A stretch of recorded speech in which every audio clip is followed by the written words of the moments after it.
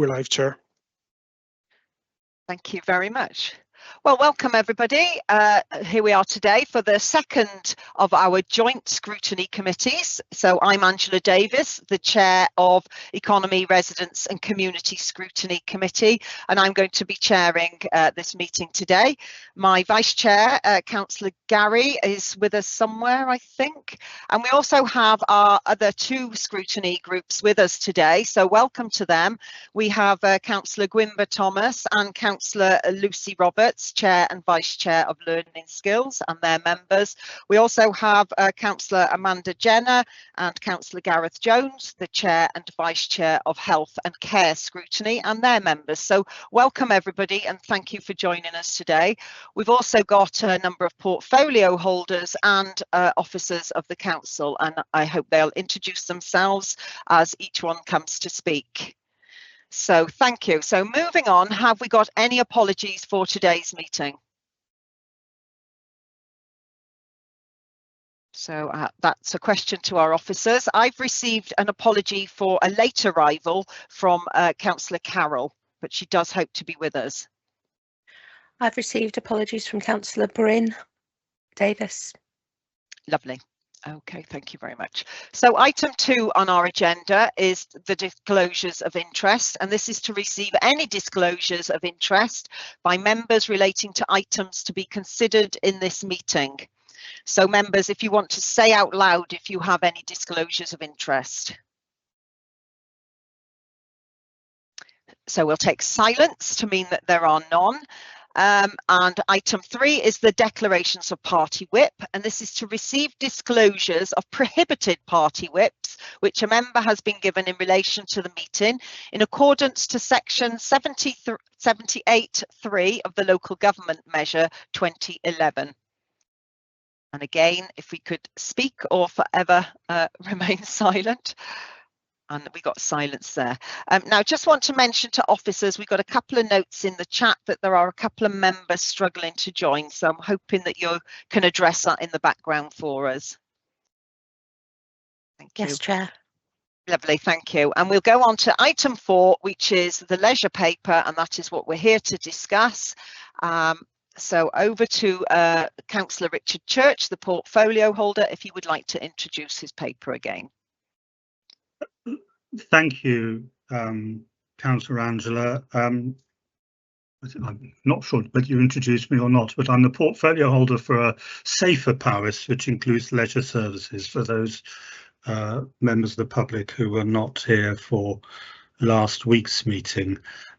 We have since last week received a number of questions from the scrutiny panel, and we have sought to answer those in advance of the meeting, and they were circulated to the committee, I think, yesterday. What we have tried to do is to put all of the questions into different themes so that we can deal with a different theme at a time. And I understand from your introduction, Chair, that you wish to start with finance first.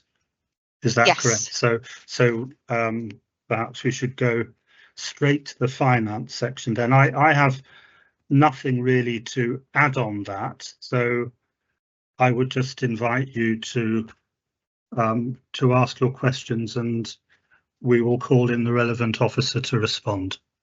Lovely, thank you very much. Okay, right, so members, I'm going to open up for you. I'm hoping to try and see.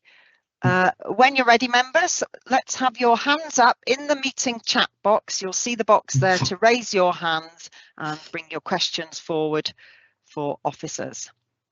So we have Councillor Gareth Jones. First question, please. Can I just clarify what Councillor Richard just said?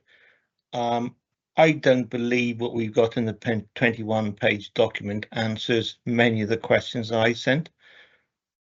Okay. The 16 finance questions, and Councillor Richards just said all the questions have been answered. Right, sorry, my understanding is, Councillor Gareth, that you have submitted some questions separately and those are being answered separately. Now, the advice I had just before the meeting was that there was still some work to be done for those answers to be completed. but you're right, they don't appear in this document. So maybe we want to take that separately. You'll want to address that separately. Right. Sorry, Oh. and can I just ask a second question, Angela? Yeah, please do. On page 7 of the document that's been circulated yesterday, under finance, under the question of full breakdown of the figures provided, blah, blah, blah, there's a table that shows that the net cost of the council is 2.3 million. Just a couple of questions for Councillor Richard. I assume the 0.4 million is a management fee that is paid for the council to Freedom. The 2.2 million is a payment from the council to Freedom Leisure for the school's usage of both dry and wet facilities, given a total cost of 2.6 million, and then that's offset by 0.3 of a grant, given a net cost to the authority of 2.3 million. But really, excluding the services provided to schools, the net cost to the authority is 0.1 of a million. If Freedom made £700,000 surplus last year, that suggests to me that the contract is operating at a net £600,000 surplus between the authority and Freedom. But Councillor Church last week said that no leisure centre was operating in a surplus. Can you just clarify that, please? Well, the Freedom have recently, within the last year, moved into a profitable position on their annual return on their management of the pools. Going back to the start of the contract, they made an annual loss. They're now moving to a position of making an annual profit, so that by the end of the contract, I would expect that they will have made a profit on the contract. But I think question. Sorry, Councillor Church. That wasn't the question I asked you. I asked you, can you confirm that the net cost to Freedom and the County Council is currently a surplus of 600,000? And can you confirm, as you said last week, that none of the centres are making a surplus? I don't believe that any of the centres are making a surplus to the council. I didn't say to the council, I said making a surplus to the contract. Well, that wasn't your question last week. I'm telling you the answer to your question. I didn't ask this question last week. Well, you asked me last week whether any of the leisure centres were making a profit, and I replied that I didn't believe they were to the council. Whether they are to Freedom under their contracts is a separate question, and if you ask them about one pool as opposed to another pool, from Freedom's point of view, I couldn't give you an answer. I'm not asking about pools, I'm asking about the leisure centres, which include leisure pools. Centres. I can't give you an answer as to whether as to what Freedom's profit or loss on one centre as opposed to another centre is. But you accept that from a contractual point of view that there are leisure centres that are running at a surplus? They may well be running at a surplus to Freedom, but not to this council. Well, the cost of the council is only 0.1 of a million, because the rest is for provision of services to schools. Well, I think perhaps if I can ask Anne or an officer to come in to clarify, because I've answered the question, I believe, to the best that I can answer it. Yep. Okay. Is Anne with us? Hi there. Yes. Yes. In fact, the council makes a contribution by way of a management fee, as we call it, Councillor Gareth, over to Freedom Leisure each year. That puts Freedom Leisure contract in a surplus position, and it has done over the last couple of years, which of course is netting off the cumulative deficit that has occurred in the first few years of the contract. It is a management fee, but you are right, it does support what schools actually have delivered through use of their facilities. Okay, I'm going to move on to the next question, give Councillor Gareth some time to digest that, and I'm going to call in Councillor Rafe Devlin. Yeah, thank you, Chair. It's building on this because we certainly need clarity on this matter. If my understanding is the same as Gareth's, in effect, the provision of leisure costs £100,000 a year. Is that correct? And could the portfolio holder confirm that? I'm not sure where you get that figure from, Councillor Rafe. You got the figure there of the net cost to the council of 2.3 million. Yes, but 2.2 million of that is for the provision of for delivery of the school's curriculum, of which is a statutory obligation to the council and will be incurred regardless of how leisure is delivered. But it's still a cost to the council which has to be met, Yeah, whether but I think it's statutory or not. But what clearly hasn't been taken into account here is that by the delivery of leisure services commercially, we make it much more affordable and realise much better value for money in delivering wider leisure services to the tune of £100,000, which otherwise we wouldn't be able to do if we did not deliver leisure commercially. And so that actually makes a saving to the council, because whilst we're delivering community leisure facilities, they're also being used by the schools. And so those facilities are needed anyway to deliver the national curriculum. And right. So, yes, I think I understand your point. And obviously, if we were to have fewer leisure centres, we would still have to use what we have to deliver the national curriculum, but it would be harder to do it. Acknowledge that. And this is the total madness of all this, in that we have facilities across the county, whether they are, standalone leisure centres or dual-use leisure centres, that are designed and are run by the services that deliver both the national curriculum and community leisure. And your options, bar option 1, remove the ability for the council to do that. And so it's simple maths that the council will continue to incur the cost of 2.2 million to deliver the national curriculum, but we will no longer be delivering community leisure. I think perhaps I could ask Anne to clarify whether if we were to have fewer leisure centres, how that would alter the cost to schools and whether it would make it greater or less. So the modelling, if we have fewer centres, we're expecting to pay less in terms of a fee to Freedom Leisure. That's been modelled through the financial analysis. And in actual fact, can I just butt in there, Anne? Can I just check that?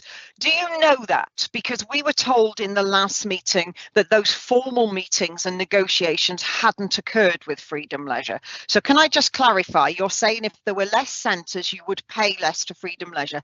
Is that a fact, or is it an assumption, a hope on the part of the council? It's noted it's an assumption, and it states in the report that the assumption has been made. That was my understanding. And there is an absolute a caveat within that says yes, it is an assumption that would need to be negotiated.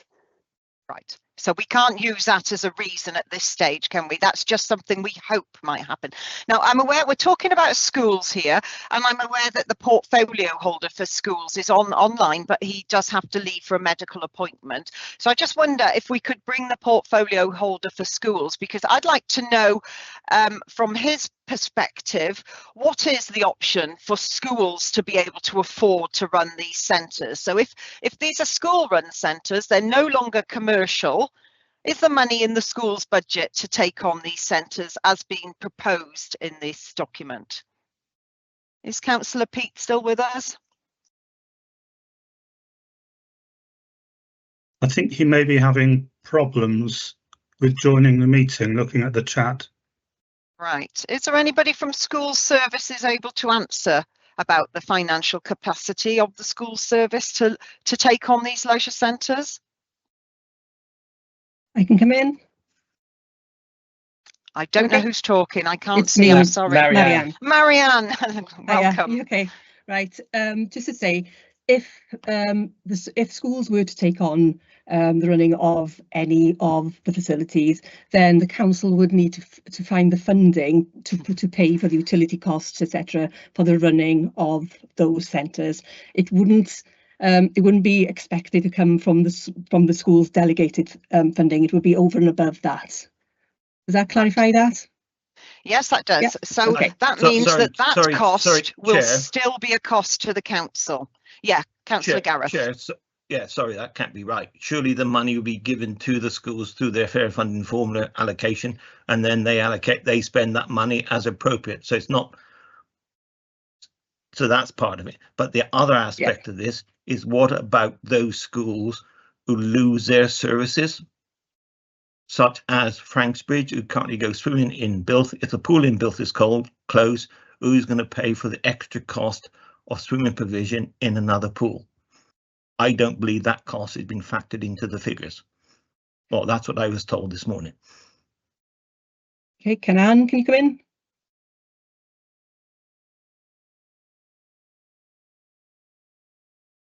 Okay, so I think we've got two issues here going on. So my question was, is the capacity in the school's budget? And you're saying, well, they wouldn't have to find it because the money would come to it. So the answer to my question is no, there isn't capacity in the current school budget. Extra funding would have to come in through the funding formula or however. But we're not convinced that that funding is available in the council, because we're being told the council doesn't have sufficient funding to deliver its services. That's why we're having this conversation today. And now we've got a supplementary question from Councillor Gareth asking, what is the likelihood, where is the funding going to come from to allow those schools who lose their current provision to continue with their sports and swimming element? Perhaps I could provide some clarity. Can I provide some clarity? Because I met with Anne and James Chappell this morning, and what they told me was, where there's a proposal to close a drive facility, then they assume that those costs are built in. So for example, in option 2, where there's a proposal to close Bilth, transfer the Bilth facility to the school, they've built in some revenue expectations into that option, but they haven't built in any costs for pupils from Bilth High School, Bilth Primary School, etc., to go to have swimming elsewhere. That's my understanding of the situation. So we've got incomplete figures in my mind. Yeah. Okay, we'll move on. We're not getting answers really here, are we? So Councillor Glyn Preston, got your hand up. Can you hear me okay, Chair? Yes, we can. Thank you very much. Sticking with the finances, though, this is sort of slightly related. Just want to ask a question about net zero. In the report, we see the cost to bring all the centres up to net zero individually.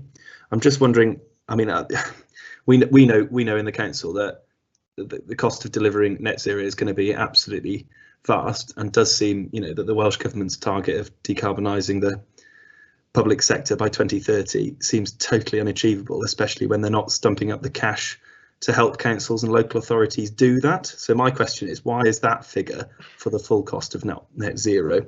And has the council considered taking the full cost of delivering net zero out of those costings for each of the 4 options? Okay, so the cost of net zero has been included within what you see there because of the council's existing policy to work towards achieving net zero. And I think Councillor Glyn's quite right. We're certainly not going to achieve it by 2030, and I know Councillor Jackie Charlton would acknowledge that. And we're not going to achieve it beyond 2030 without very substantial quantities of capital investment into our buildings and our activities. So by taking it out, we would be making an upfront acknowledgement about net zero that perhaps the council would need to make across all of its services.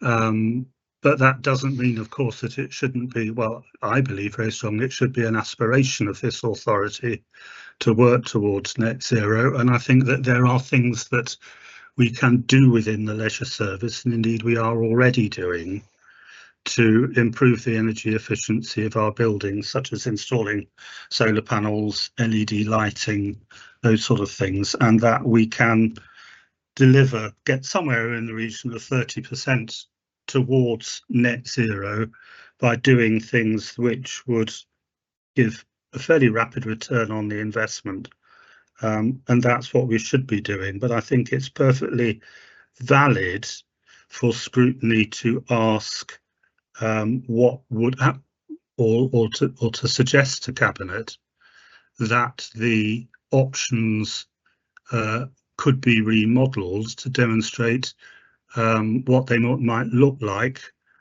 if we were to not put in the full amount needed to reach net zero. Can I just add a supplement to that? I'm wondering, we're talking net zero here, so what is the negative net zero impact on all those residents who may have to travel further to access their leisure facilities? Well, I don't think that's, well, I know that that's not been measured, and it will be very difficult to measure it, you know, to go via leisure centre to leisure centre under each option to do that. But it's a consideration that needs to be borne in mind. But I don't think we can calculate it, because some people will use public transport, some people will use electric cars, some people will use petrol cars, etc. I have a supplementary question, Chair, if I can. Yes, please do come in. Just given that, just on that sort of net zero theme, I'm just wondering what work has been done to think about leveraging, well, first of all, existing community benefit funds that already exist from wind farms in the proximity of leisure centres. I can think of two examples locally in my patch that pertain to Llanidloes and Rhaeadr. And then similarly, what work has been done to think about actually how can we leverage potential wind farm developments in the future and their bigger community benefit pots for, say, capital funding for, say, solar panels, better insulation, and help with sort of delivering towards the sort of net zero of our, you know, the energy efficiency of our leisure centres and making them more sustainable. I think there's a lot.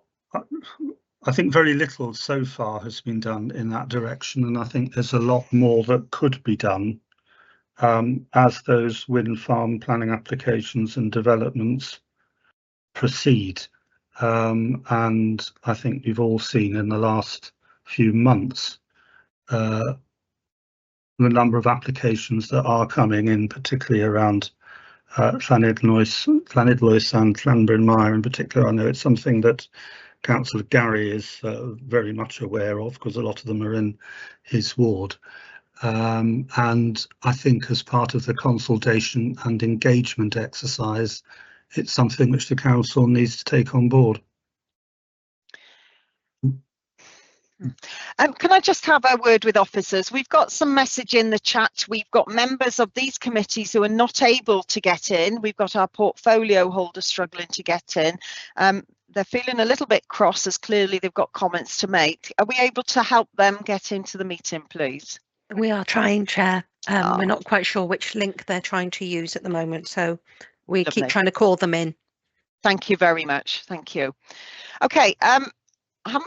We got Councillor Rafe put his hand up again, so I'm going to broaden this out, because I think maybe the finance questions come off the back of other questions. So members, please put your hands up. It's in the meeting chat. If you go into the meeting chat, you may have to scroll up through all the chat for a box that says Leisure Services Report, and there is a raise hand function there. So if you want to raise your hands, please, we're going to do a free for all, ask what you like. But next is Rafe Devlin again. Come back in, Councillor Rafe. Thank you, Chair, and I don't mean to go backwards, but I think we've got a huge problem here, because the council doesn't even know what the effects of each proposal and each option will have on the delivery of other services, and we don't know that in light of significant cost pressures on education and escalating budgets. The portfolio holder doesn't even have the information to hand, and ultimately that is why we are having the conversations that we're having, because it is deemed by the Cabinet that current leisure provision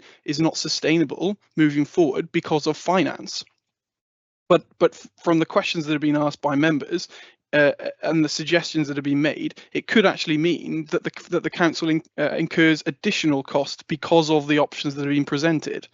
there has to be clarity on this matter. That has to be done before these options are even remotely ready for a decision to be made on. I find it really concerning that we're scrutinising something when we don't actually have the facts to hand. We don't know what the impact will be on each decision on the provision of other services, and whether that will actually cost the council more.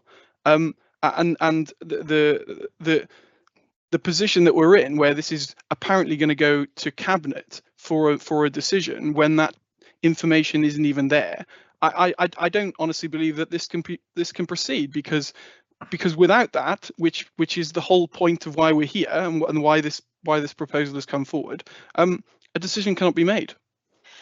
Well, I completely feel your frustration, Councillor Rafe. I mean, I was of the understanding that the driver behind this is the overall challenge to the council in managing its budget. But as we know from yesterday's cabinet meeting, the challenge to our council is the cost, the escalating beyond its budget share cost of adult social care. And I'm not hearing anything here that convinces me that any changes to the leisure provision are going to fill that gap. I'm also seriously concerned that questions that have been put in writing in advance to our officers have not really been answered in full, and that the finance questions, if finance is indeed the driver behind this, that again were put in advance, have not been answered at all. I am disappointed. Officers, actually I have now got 2 officers with their hands up, so I do think we will hear them out. But I have to say, Councillor Richard and officers behind this report, it is a very, very disappointing performance to date. But we're going to carry on. Let's see, we might get somewhere over the period. But very briefly, Councillor Rafe, because I do want to hear from the officers. Because I know what the answer is going to be when I talk about cost pressures. We're going to be told that revenue isn't the issue, but it's capital. But we have a statutory obligation to deliver the national curriculum. And to do that, we need sports facilities. And we don't actually know what sports facilities we need to deliver that, although we seem to have enough currently, and we're thinking about reducing those. And so we're told that the council can at the moment afford the revenue cost for leisure, which is apparently £100,000, which is extremely low and pennies compared to the overall budget. But the suggestion that by closing leisure centres and removing provision from communities, we will negate the need for this capital cost into the leisure estate is false, because that estate, whether it's being used to deliver the national curriculum or for community leisure or both, the council will still bear the cost of the capital investment required. Yes, absolutely. I'm going to stop you there, Councillor Rafe, because I know you could speak on this for the 2 hours that we have available, and I would love to hear you do so. But it is important that we hear from others as well. So I'm going to now bring Diane in. She's got her hand up. Maybe she can answer some of these many questions that are still outstanding. Thanks. Diane, please, if you could introduce yourself and your title for those who aren't aware. Yeah, so Diane Reynolds, Director of Economic Development and Growth. And just to say, from an officer perspective, the Teams environment is very hard to get in and answer your questions and support Councillor Richard here today. So we are trying to do the best we can to get in and support. And my hand has been up to try and answer for quite some time. So just wanted to say that. But thank you for the chance to come back in, and I might at the same time bring some officers in with me, if that's okay, rather than trying to take them in the order they are on their hands there. But just I wanted to pick up on, first of all, in the curriculum and in its broadest sense, I would like to bring Marianne or Anwin in just to describe the curriculum for physical activity. Anwin, hi. Anwin isn't with us today. Richard is with us. Yeah, it's Richard Jones, Director of Education. Thank you, Diane. I'll step in Anwin's absence. Yeah, thank you for the observations around the curriculum and the national curriculum, and of course now curriculum for Wales. Just to provide some clarification around that, which I think might be useful. As the report recognises, the use of leisure facilities for schools is absolutely central to the health and well-being area of learning experience, which is one of the areas of learning and experience in the new curriculum for Wales, what was the national curriculum. So It's absolutely true that leisure facilities are an important part of physical, mental and emotional, social well-being of children. I think what we just need to be clear of is exactly what those leisure facilities involve. There isn't a statutory requirement currently to provide swimming, as an example, to pupils in Key Stage 2, 3 or 4. Although, it would be remiss of me not to mention that it is recommended by Swim Wales. So, I'm presenting a really balanced picture. But for me, in terms of schools being able to fulfil their requirements in terms of curriculum for Wales, it's about having access to those spaces so they can deliver a broad range of activities in our schools to meet the needs of all of our learners. But there isn't actually a statutory requirement to deliver swimming within the Curriculum i Gymru, Curriculum for Wales currently. Thank you, Diane. Thank you, Chair. Thank you. And so to answer Councillor Gow's question in terms of whether we factored in the cost of whether the bus element is included, that would be not factored in at the moment because of all the questions that you would then have to ask over all of those key stages and whether they wanted access. And just to be clear, that none of the costs of actually transport costs are included in any of the figures that set out the base element as well. So we haven't included it in the base and we haven't included it in the savings. So it's negated from both. But I would like to bring in finance colleagues to answer some of the finance questions. And I think we either have James, Jane or Anne. I'll get Jane to lead. We'll have them now, but I just wanted to reply to Richard to say the questions around school, Richard, weren't about the national curriculum per se. Our questions were whether there was money in the school budget to take over the running of leisure facilities, as is written in this report as an option. So yeah, appreciate what you're saying. Swimming isn't written in the curriculum, the new curriculum for Wales, but that wasn't the question per se. It was about the affordability of the proposals in this paper. So okay, right, so back over to Diane. Who were you bringing in there? Jane next, please. Lovely. Okay, Jane, thank you very much. Thank you, Diane, and I hope I can bring some clarity to the funding of schools in terms of these options. So in the options that you have before you, the option that looks to transfer facilities to those schools that need those facilities as a key part of their curriculum delivery is factored into the costings.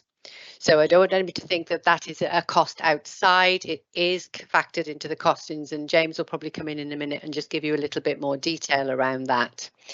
So that would be delivered, as Councillor Gareth rightly says, through the fair funding formula to schools. So that element would pass through to those schools to run those facilities for their curriculum offer. What it does not do is provide funding for those schools to open those facilities to the community after school time. That would be something that would need to be considered as all options on a case-by-case basis with the submission of a business case. And that could be done in a number of ways, couldn't it? It could be delivered by the community after school time. It could be delivered even from Freedom Leisure after school time, but those would be different negotiations because schools can't fund that out of hours activity from their delegated budget. I just want to pick up on a couple of other questions around the finances, if I may. I know Councillor Rafe commented on the position about capital and revenue, and one not being an issue where the other was. Both are an issue. Both are an issue for this council because inevitably our revenue budget has to support any capital borrowing. So by reducing the number of buildings that we have, that reduces the ongoing commitment to be able to actually maintain those buildings or deliver net zero. So each of the options before you is calculated on exactly the same basis across all of those decision points. So for every option where a building is retained, it would include both repair and maintenance and net zero. So you're comparing like for like when you look at the options and the costings before you. So those are all factored in. Should any of those buildings then no longer be needed or retained as a result of whatever decisions are made, then the cost of decommissioning those buildings is included in the costings. Okay, and so, can I just ask a point on that then, Jane? Sorry. There, but it is all in. Okay, so when you say decommissioning, can you give us some indication of what exactly that would look like? What does that mean? So for, I know, pick a place, build a swimming pool, I don't know, pick a location. What would that look like? What are you talking about, decommissioning? I mean, when we factored in some of those costs, we've considered in terms of demolishing buildings, you know, that could be an option if they're no longer use.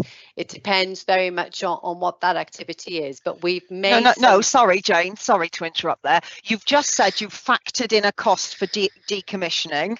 Yeah. Okay, so if there's lots of different things you could do, there must be lots of different costs. So which cost to do what thing have you included in this paper? So decommissioning could mean let the water out, lock the door and walk away.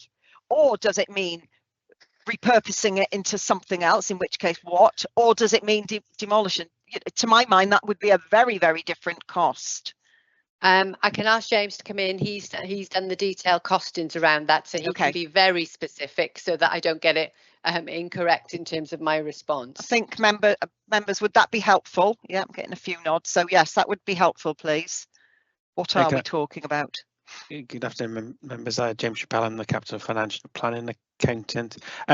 We've taken the worst case here, which is that we would have to demolish the sites. We couldn't leave them partially open. There's all sorts of reasons, vandalism and things like that. So the worst case we've costed in is to demolish the sites, assuming that nobody wishes to take them on at that point in time. And that includes the bits that the schools do not need to deliver their curriculum.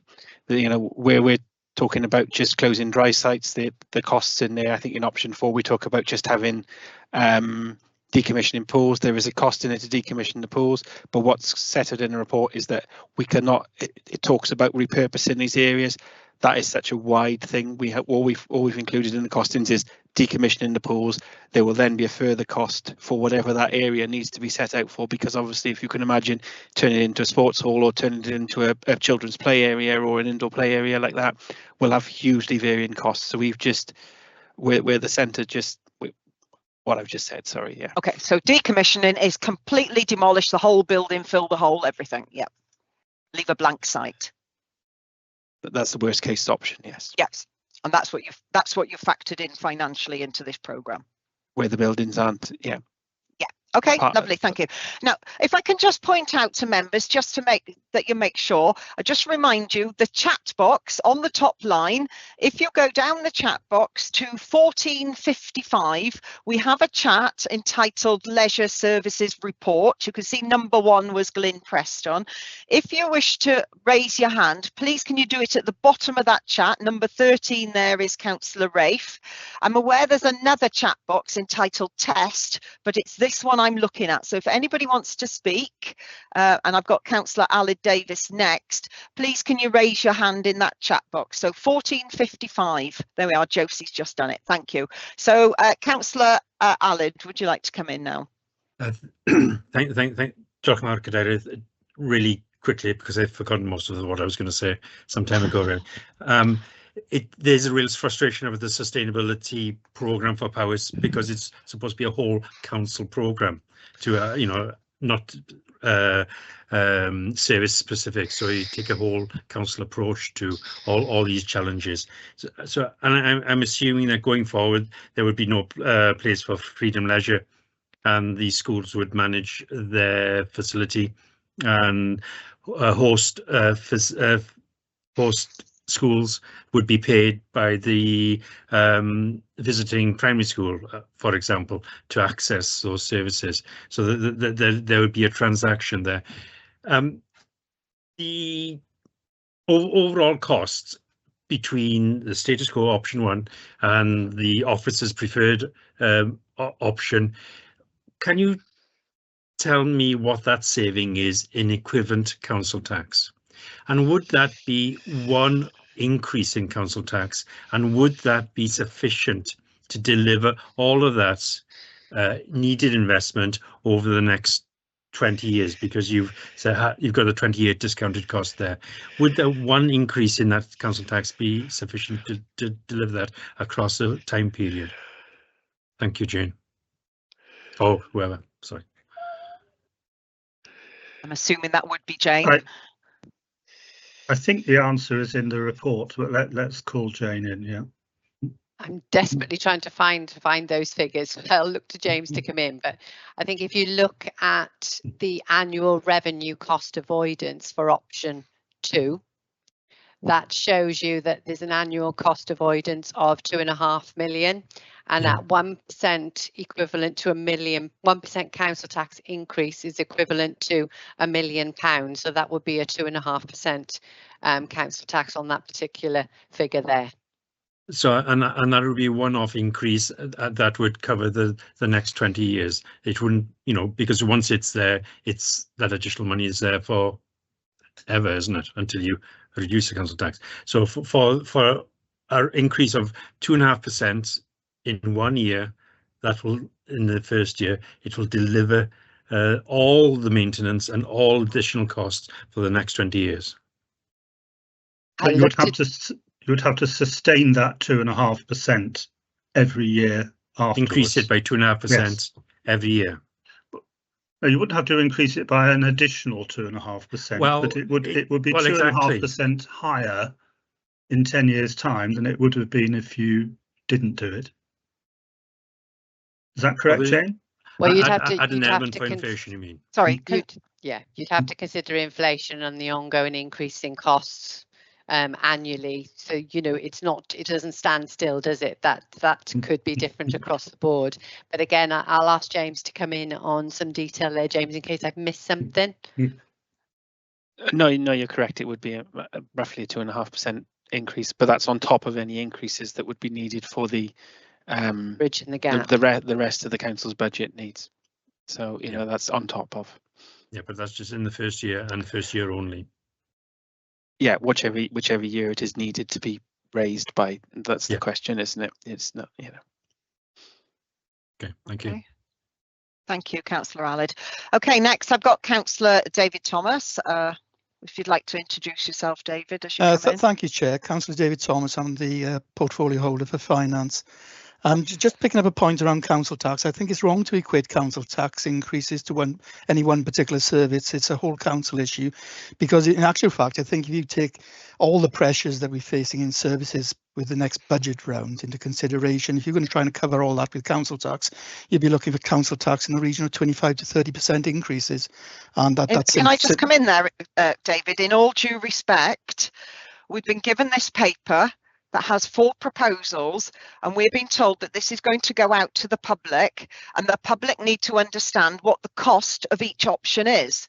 Yes, and the only cost that the public can equate to is in their council tax. Yes, so I'm a little bit confused. That's the question I'm answering. If you try to apply council tax to any one individual service, you can't. It's got to be the council as a whole. The whole of the council, every service in the council is facing pressures. So if you cover it in one through council tax, then potentially you cover it all in council tax. The point I'm making is that if that were an option, you'd be looking at council tax increases for the whole council of between perhaps 27 and 30%, and that's simply not feasible.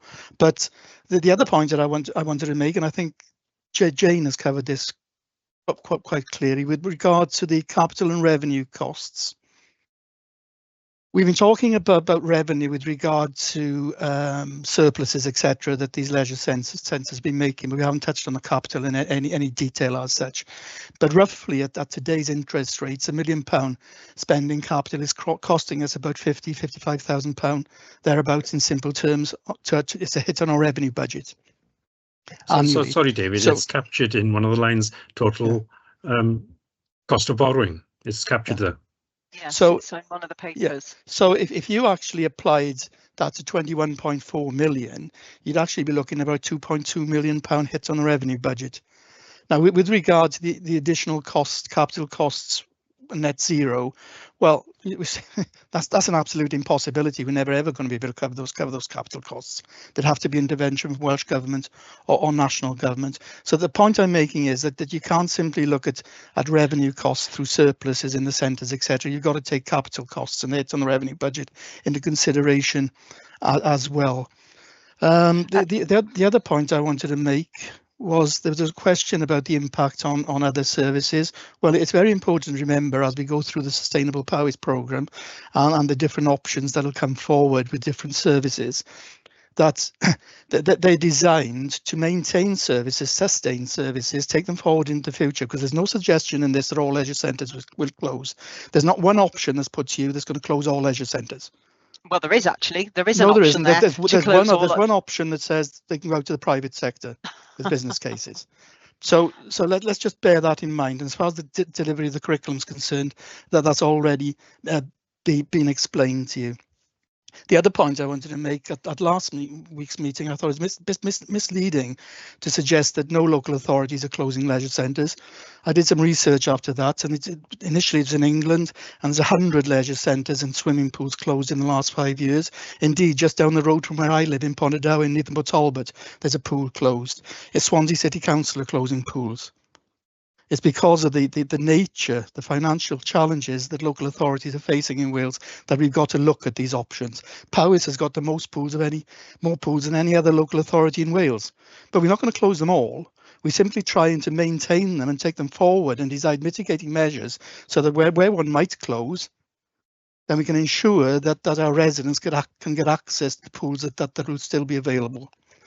So that's the point I wanted to make, but I do appeal to you not to look at this in isolation. You've got to look at the big picture and the challenges that this authority are facing going forward. Indeed, as every authority in Wales is facing going forward.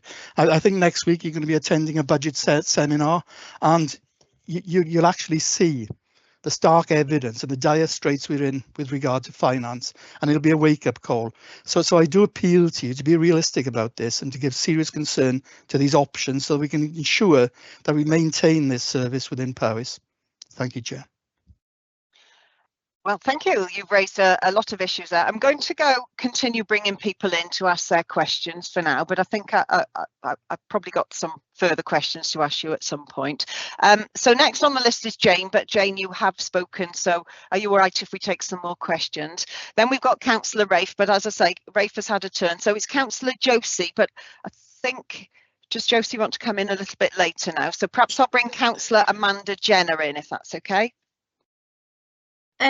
Yes, thank you, Chair. It's difficult to really kind of know where to start with what questions, because there's so many that I feel like are unanswered. I think I just want to ask a very simple question about whether net zero is a driving force behind this, or one of the main driving forces behind this, or is it an added bonus? Is your main driving force the financial sustainability of Powys' budget, or is this got an equal part to it? So I have got another question, please, Chair, but could I have a direct answer to that question from the portfolio holder, please?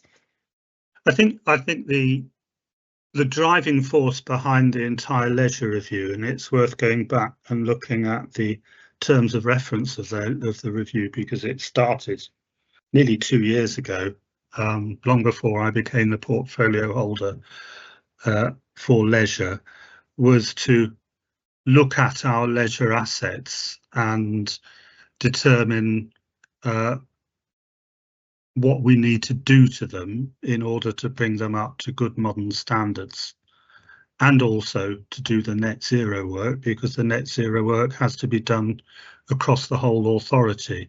But the driving force behind the leisure review when it started was to enable us to be able to offer a leisure service that was financially sustainable within the long term. Okay, and thank net you. zero is part of that. Okay, so you're acknowledging then that it's not the main driving force, but it's part of it. If that's the case, then why do we not have any information on the net zero impact of closing leisure centres? I know I've asked you this question before and you've said you don't have that information to hand, but if you're wanting this as an outcome, isn't it, how are you going to look at this holistically in terms of the knock-on impact of travelling further, of potentially people needing services earlier and officers having to travel out to residents sooner? You know, I don't feel like net zero can just be looked in isolation. And I know we've now had some information on the financials involved with decommissioning, but we haven't had any information on the net zero impact of decommissioning. Is that included within the papers? I can't give you an answer on the net zero impacts of decommissioning. I'm not sure how you would calculate that. There's obviously an impact of ceasing to use a building in terms of its impact on energy consumption, etc.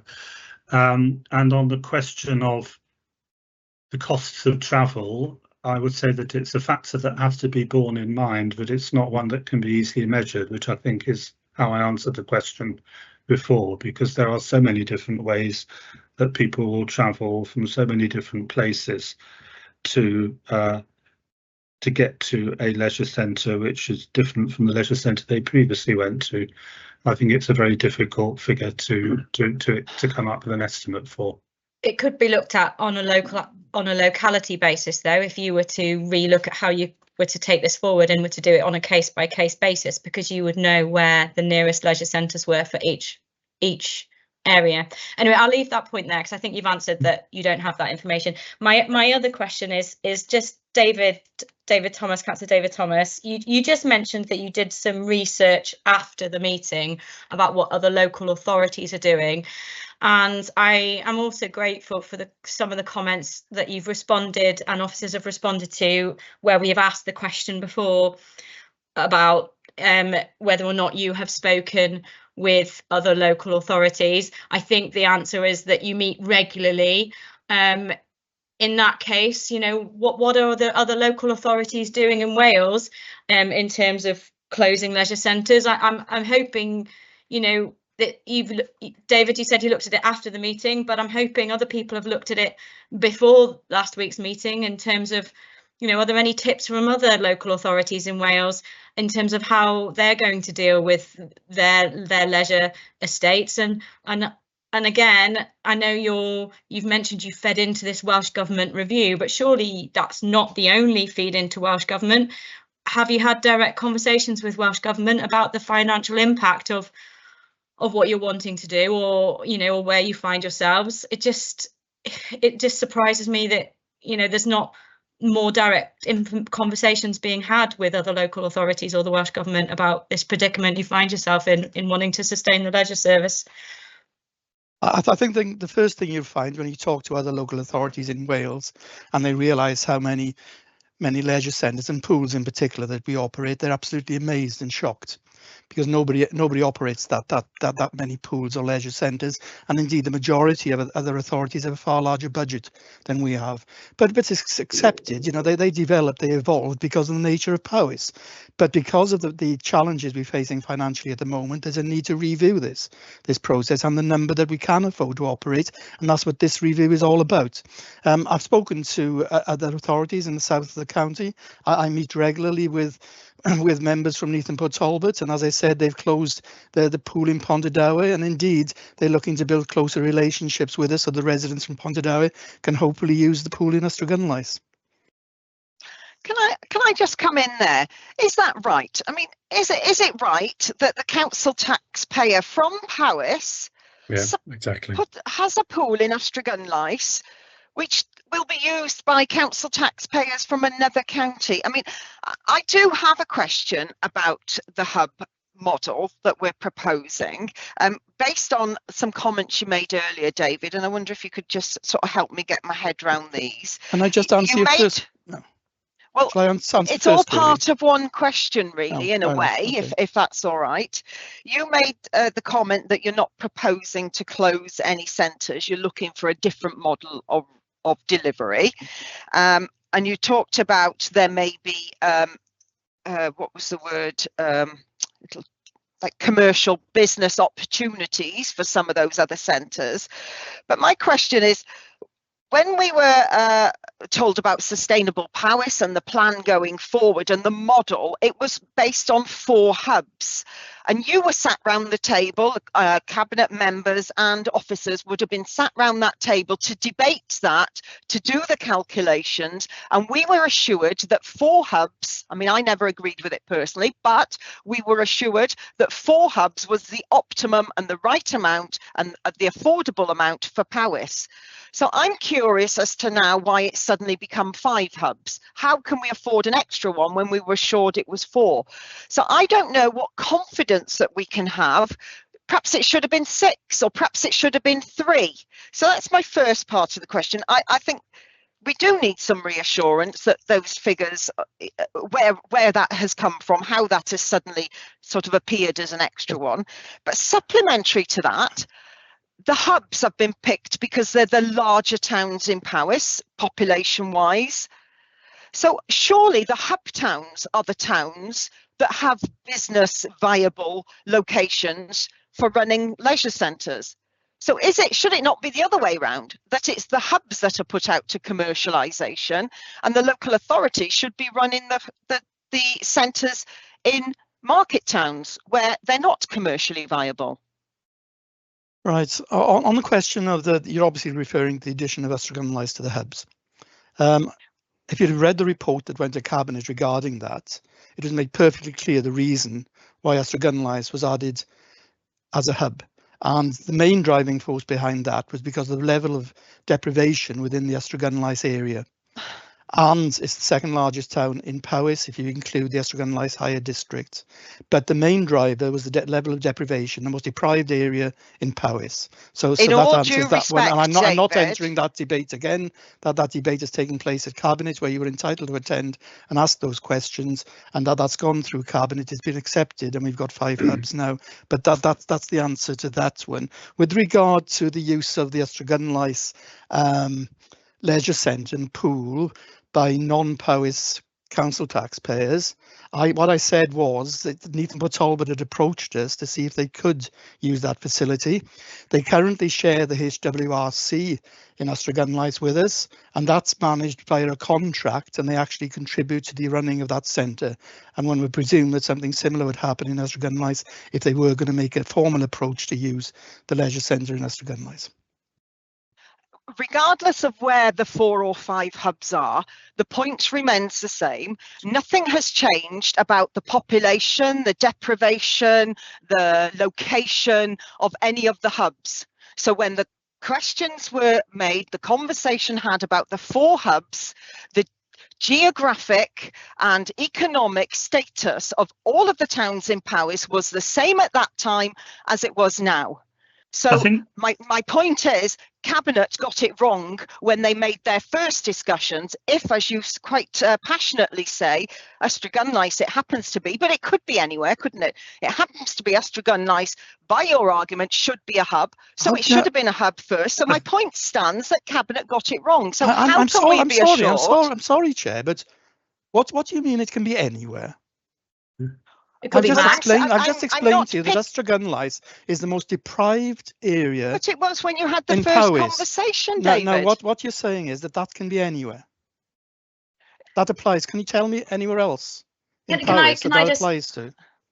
Just to if you want to make statements like that, you really do need to be, specific and tell me what other area in Powys matches the deprivation in Astragonalise. Decision making. Yes, we reviewed it because of representations made. And you'd also note from the report that there's no additional resource, that there's no impact that's going to come about because of the addition of Astragonalise as a hub. I think, Chair, if I could, I did say this at the last meeting, and I'll say it again now. If you had seen the draft of this report before Astragonalise was added as an additional hub, it was accepted that we would keep the leisure centre in Astragunlais, regardless of it being a hub town.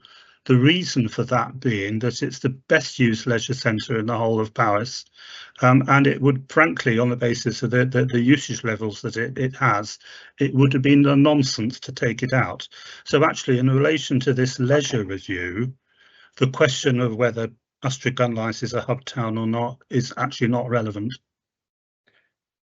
Okay, we're going to move on because we're labouring a point here. It's clearly a very sore point for Councillor David. I'm sorry that you feel upset about this, but I don't feel that I've explained myself clearly enough. I'm going to move on to Councillor Josie Ewing, but I imagine this is a point we'll come back to.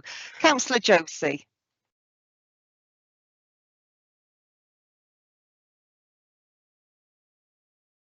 Now, Councillor Josie has put a question in the chat, Chair, because she had to take a phone call.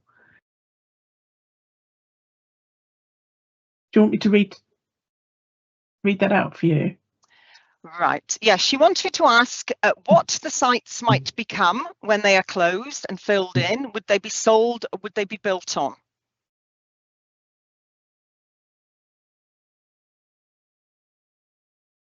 I'm happy to answer. Okay, yeah, go on, Diane. Sorry, filling in the gap there. So in terms of the engagement that we need to take place, it would look at each centre then to see what are the opportunities in that area and what you could actually take forward. So until you've actually finished that engagement, you couldn't answer that question. So it could be any of those. They could be closed, they could be filled in, they could be sold, they could be built on. It would depend on what opportunities there are in the local area. And of course, you wouldn't want to really demolish or leave something empty in the local area, because that does affect the economic aspects of a town as well. So we'd be absolutely working with everybody to try and make sure that whatever opportunities there are in the local economy, the local community, that we work together to try and come up with potential solutions or potential opportunities to take those forward. Okay. Right, Councillor Gareth Jones. Yeah, I'd just like to correct the point that Diane made a while ago in respect of transport, when she implied that they would consider transport for towards swimming at a later date. I think it needs to be recognised that the cost of transport for swimming is actually paid for by parents in most cases, sometimes at the school's budget. So I think that's misnomer. Can I also then bring up, my understanding is that the review of primary school swimming, which Marianne is leading on, the reviewed information from schools was due either last Friday or this Friday. I assume that's going to take a month, 6 weeks to evaluate, and perhaps one of the options we should be looking at is that paper on the review of primary school swimming plus this paper on the leisure services are done jointly, and they go to the same cabinet report. The other point I wanted to ask is, we've got the 5 hubs. Builth and Llandrindod are within 6, 7 miles of each other. I was at a meeting last night where I was discussing this with the community council, and there's 2 members of the community council who use both pools, Builth and Llandrindod, and their views was that the standard of the pool in Builth was far higher than the one in Llandrindod. And I was wondering, is there an option that if we're going to have a hub, can that hub be Llandrindod Builth, and instead of closing the leisure facility, the leisure pool in Builth, you close the one in Llandrindod, especially as you would save that money when you're going to rebuild the school? I think that's something that could come out in the engagement exercise that I hope we'll be doing next year. But I think it is acknowledged that the leisure centre that we currently have in Llandrindod is inadequate. Part of the reasons why it's inadequate is because of the way it's integrated with the school, which means that it's not available for use to the same degree by the public as some of our other leisure facilities are. It also doesn't have a fitness centre, doesn't have a gym.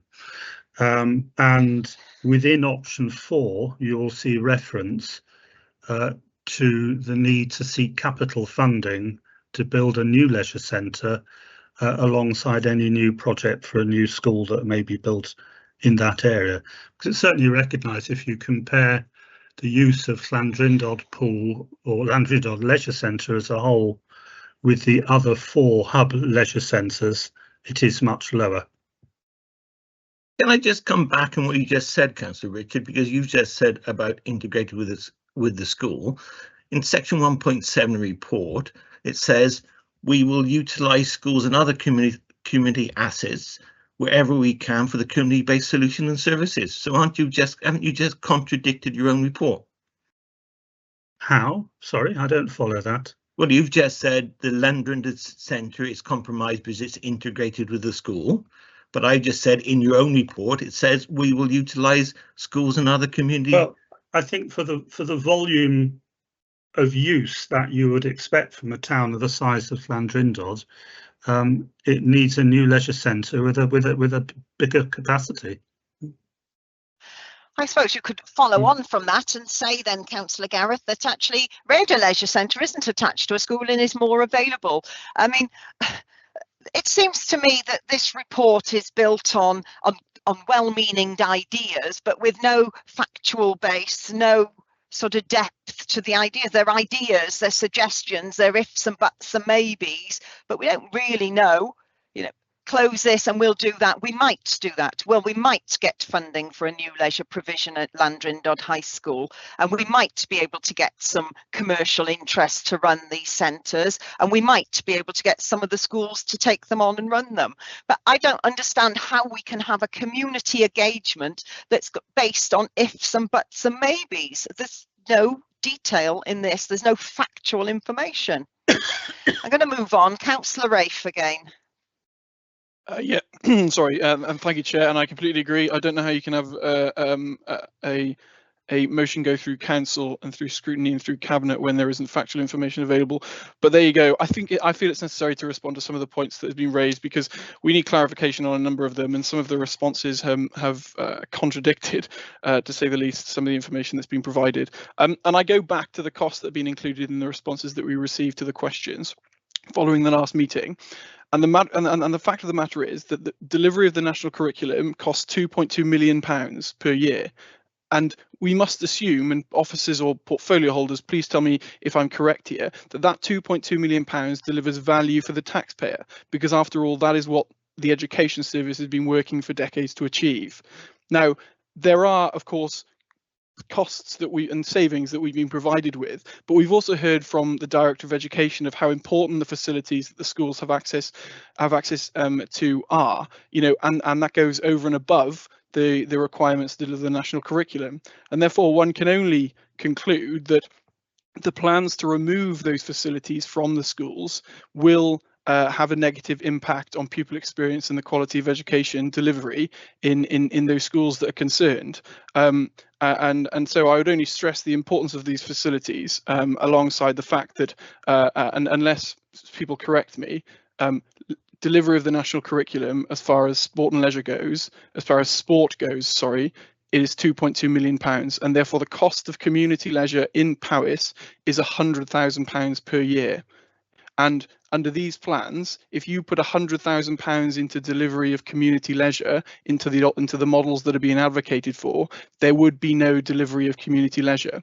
And our delivery of that leisure within communities is facilitated by the fact that we run a commercialised public service.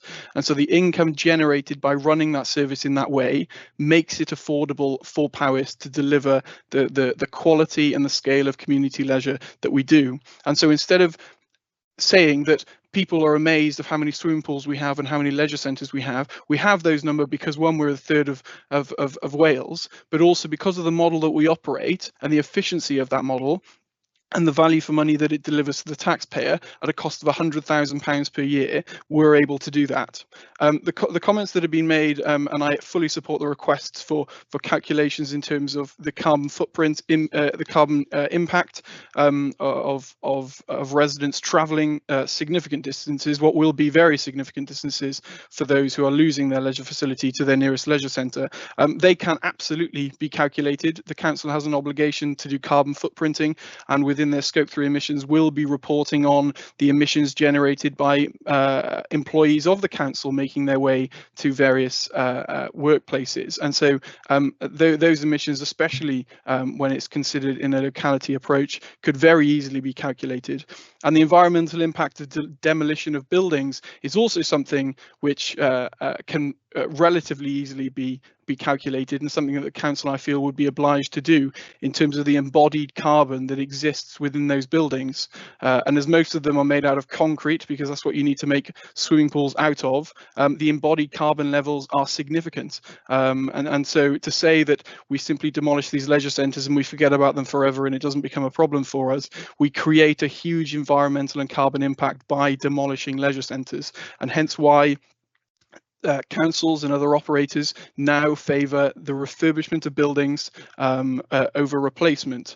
And there's been statistics given by a portfolio holder on the number of leisure centres that have closed in England, and absolutely I recognise the pressures, and some may have closed, but how many were replaced?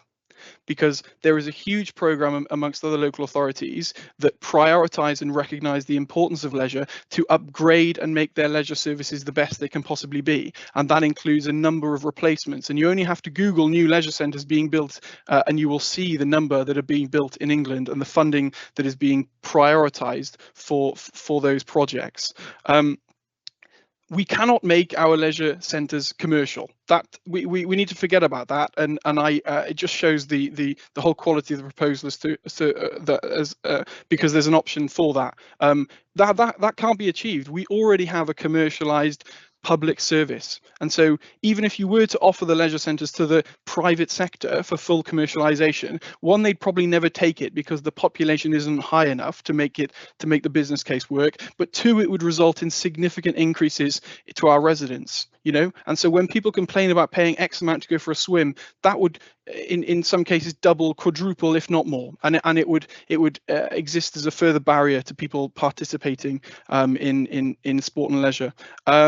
And then finally, on deprivation, and I do support your comments, Chair. I think I absolutely recognise what the portfolio holder for finance said. We all know that Austria Airlines has significant deprivation, and that is a significant challenge. However, deprivation, especially rural deprivation, changes, and it changes in line. A key driver to the change in deprivation is the access to services, and indeed the removal of services. And I am not convinced, and the evidence has not been provided, that if any of these options, bar option one, are chosen, we will not be making deprivation in our rural areas, especially those towns where we will be removing provision even worse than it currently is. And so I think that's an important one to note, and it just shows the lack of information that's been provided. Thank you, Chair. Thank you, Rafe. Now, officers, does anybody want to come back and respond to any of Rafe's comments there? Or we're going to move on. I've got Councillors Glyn, Councillor Ange and Councillor Amanda waiting. I would like to come back in, Chair, if that's okay. Thank you, Dan. Thank you, Diane.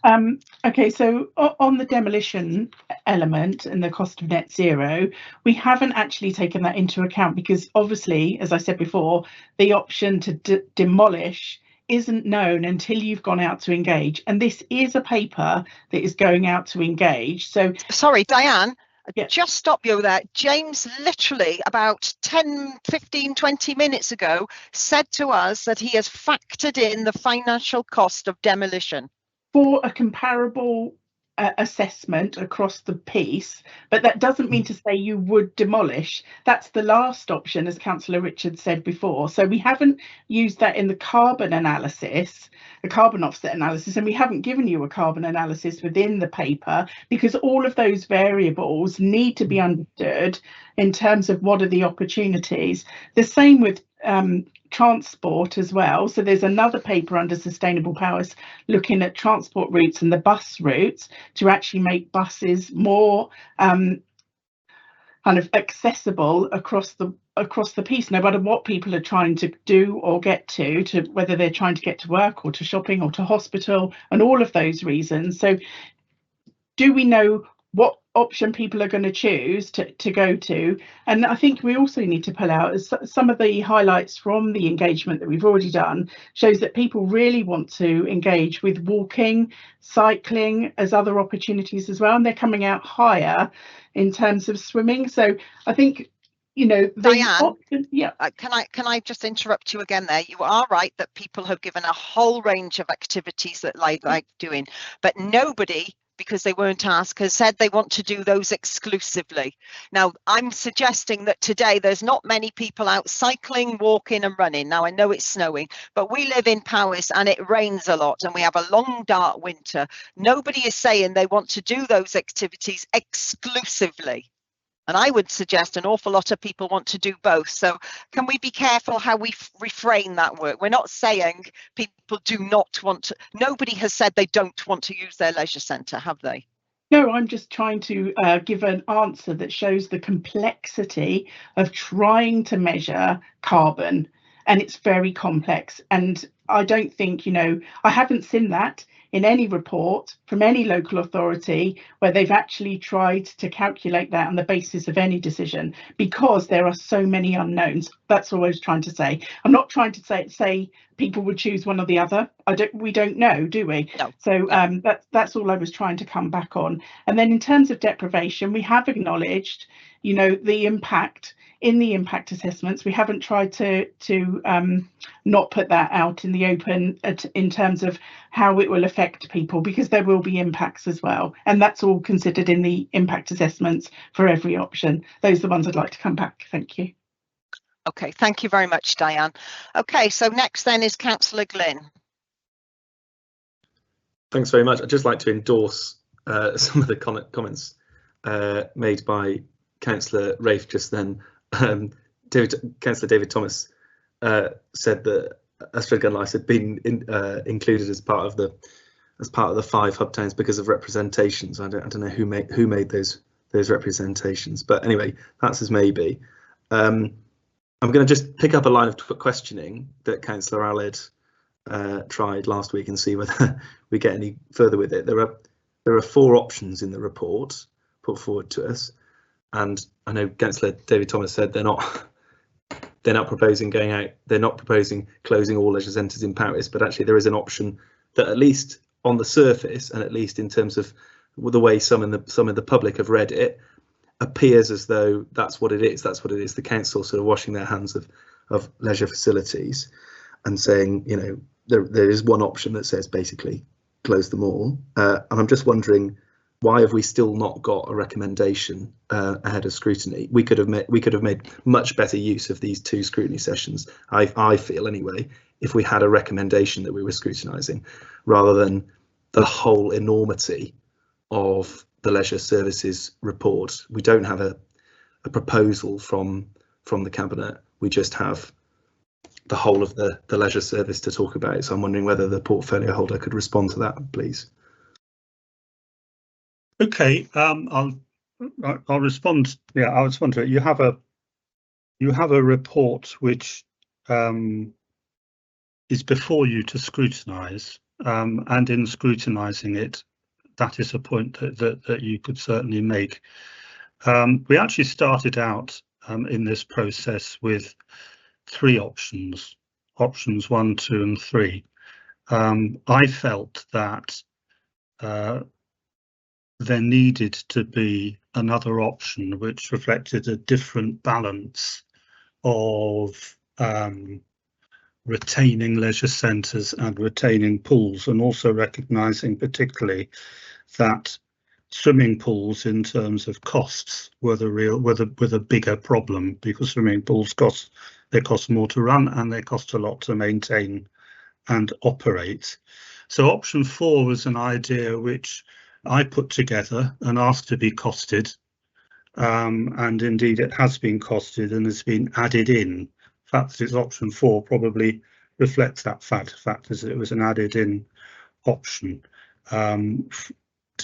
so that when we do go out to engagement, we would have something else to consider, and something also that in particular would ensure that people still had access to swimming pools in the east of the county around Prestine and Knighton, and in the west of the county at Machynlleth. So you will see that the impacts in terms of travel, etc., are less on option 4 as compared to option 2 or option 3. Cabinet felt, and I entirely understand their reason for feeling this, is that it would be better to engage on all of those options, to set out the costs of them and the impacts of them, and to engage with the public next year on all 4. If scrutiny feels otherwise in relation to that, then certainly scrutiny could say so. Can I just come back, Chair? Yes, please come back, Lynn. And just repeat a point that was made last week, I think, by lots of members of this committee, I think very eloquently, which is that if you're going to go out to consultation and you're leaving it open with 4 options, but one of the options is no change, we don't want any change to our leisure services and our leisure centres, then of course the public are going to choose that. It's a bit like the engagement process that we go through every year with the budget, where the public always choose that they want all their services to be retained and they don't want their council tax to go up. Well, I accept that, and that's why I think it's important in the engagement exercise that we spell out the costs of each option, so that people know that how much it will cost them if they prefer any one particular option. I accept that. I suppose the point I'm making is that I don't think it would be a meaningful engagement process without a recommendation, without a preferred option laid out by the executive. Anyway, there we are. Thank you. I'm a little bit frustrated, Councillor Richard, that you say that it's important that we go out to public consultation so that the public know how much each option costs. Because I've been trawling through these papers, and I can't hand on heart swear that I can work out, I want to choose option 1, what is that going to cost me in my council tax? And indeed, Councillor David has pushed the point that we can't finance it that way. So how are the public supposed to understand from all this 442-page document how much each option actually means? And can I also add to that, given all the ifs, buts and maybes of the impact assessment, how are they to make a judgment on what each option will mean for them in their locality? Because I am the county councillor for Rada, who is looking to come off very poorly under these options, and I can't work it out. Well, I think the report spells out, and in fact we've already discussed this. Well, let me. Well, thank you for that compliment, because it doesn't spell it out to me. So that says something very clear about my intelligence level. We've already discussed this afternoon a comparison of the costs of options 1 and 2. And we talked about the impact on the council tax, and David made a point perfectly validly that you can't look at it in isolation, but it does give you an amount per year, and it's there in the report on the differences between option 1 and 2, and you can also look at the same things for options 3 and 4. And I would agree with you, the public are not going to read a 400-page document, but it should not be beyond the wit of a consultation exercise to spell out the costs to the council taxpayer of each of those 4 options. And I'm sure we will have time to think of the best way of doing that and engaging with people on it. But Councillor Richard, we asked you last week for this information. We asked you to spell it out to us. You had it last week. It's there in the report. Okay, can you refer me to it in the report now, please? Right, well, let me ask one of the finance officers to come in, because it's there in the comparison of the 4 options within the body of the report.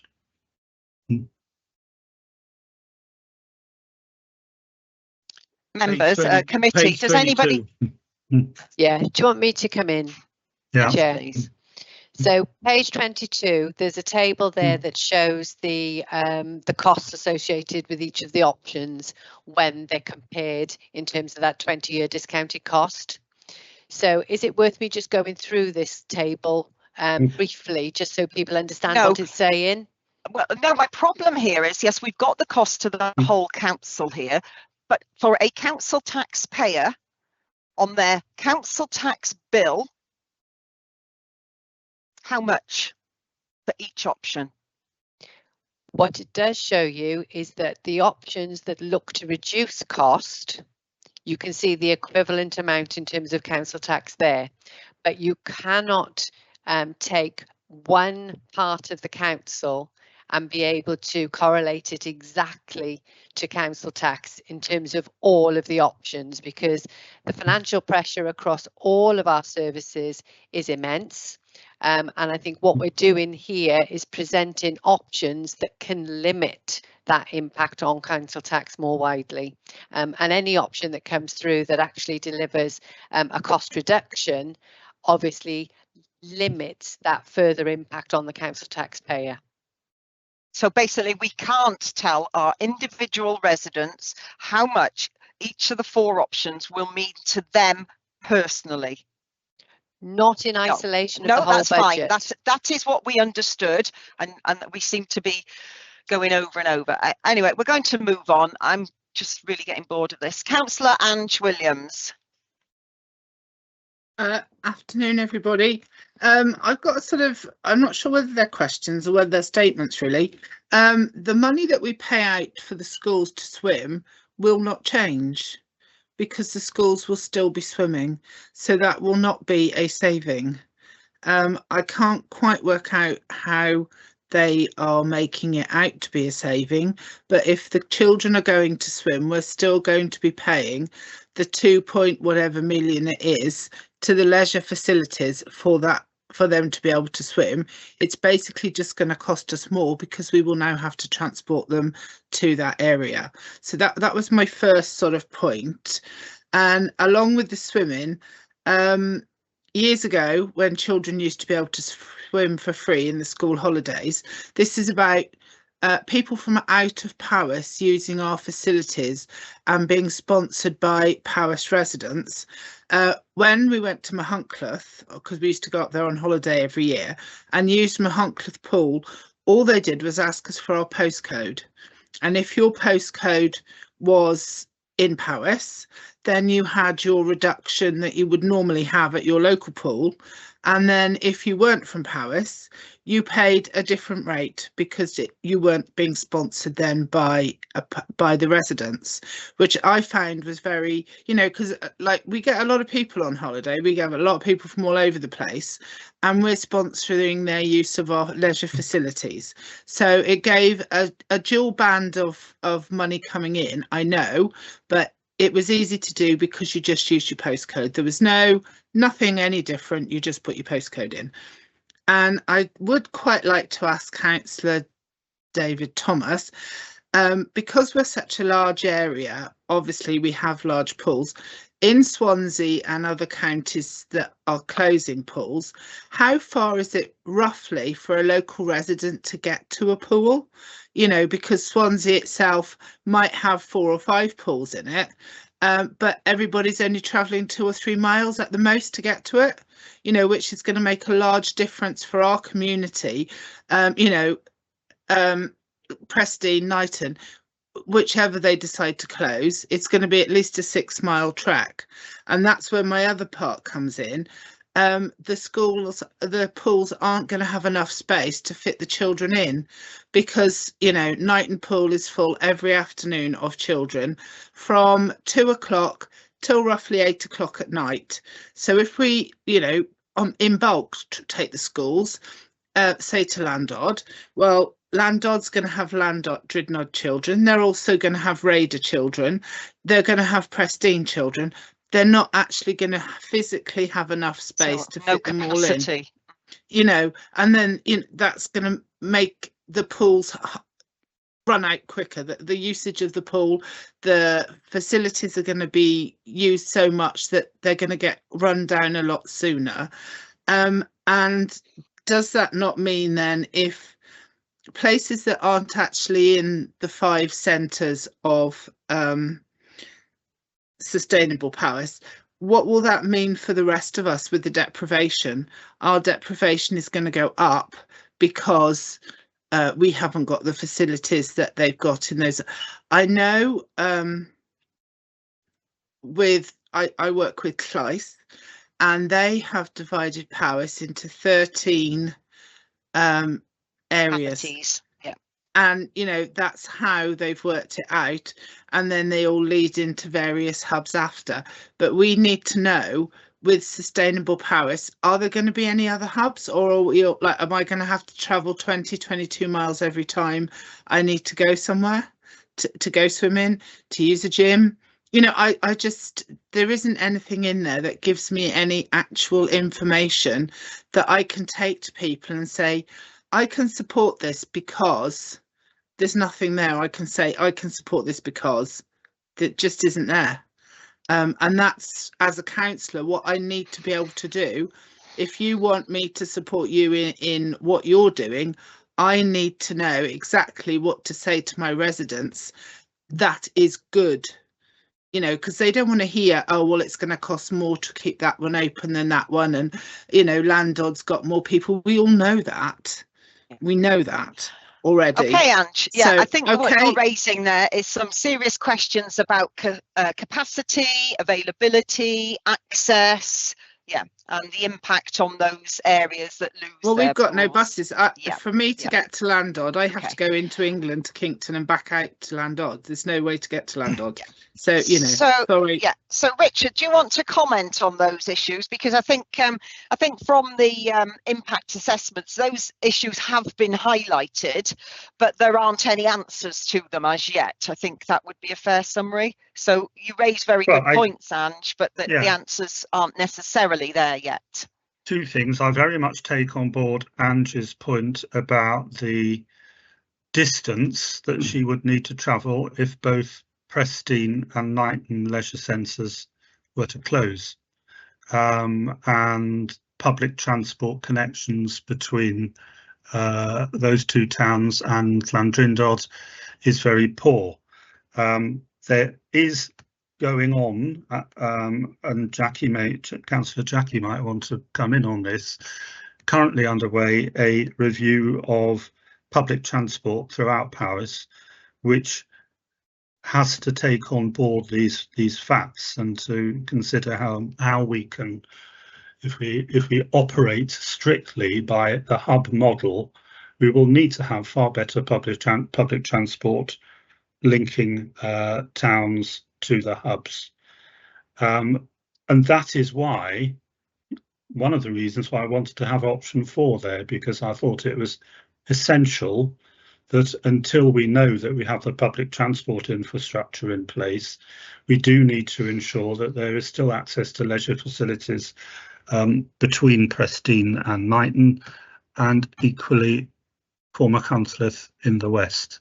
And that's one of the reasons why I wish to see option 4 included within the options available. Okay, thank you very much. So I've got Councillors Amanda, Councillor Gwynber, Councillor Alid and Rafe, but I'd like to bring in, if you will all bear with me, I'd like to bring in Margaret Evatt. She's our lay member from Learning and Skills, and I know several members are struggling to get their hands up here. Chair, so Margaret, if appropriate. Chair, sorry to interrupt.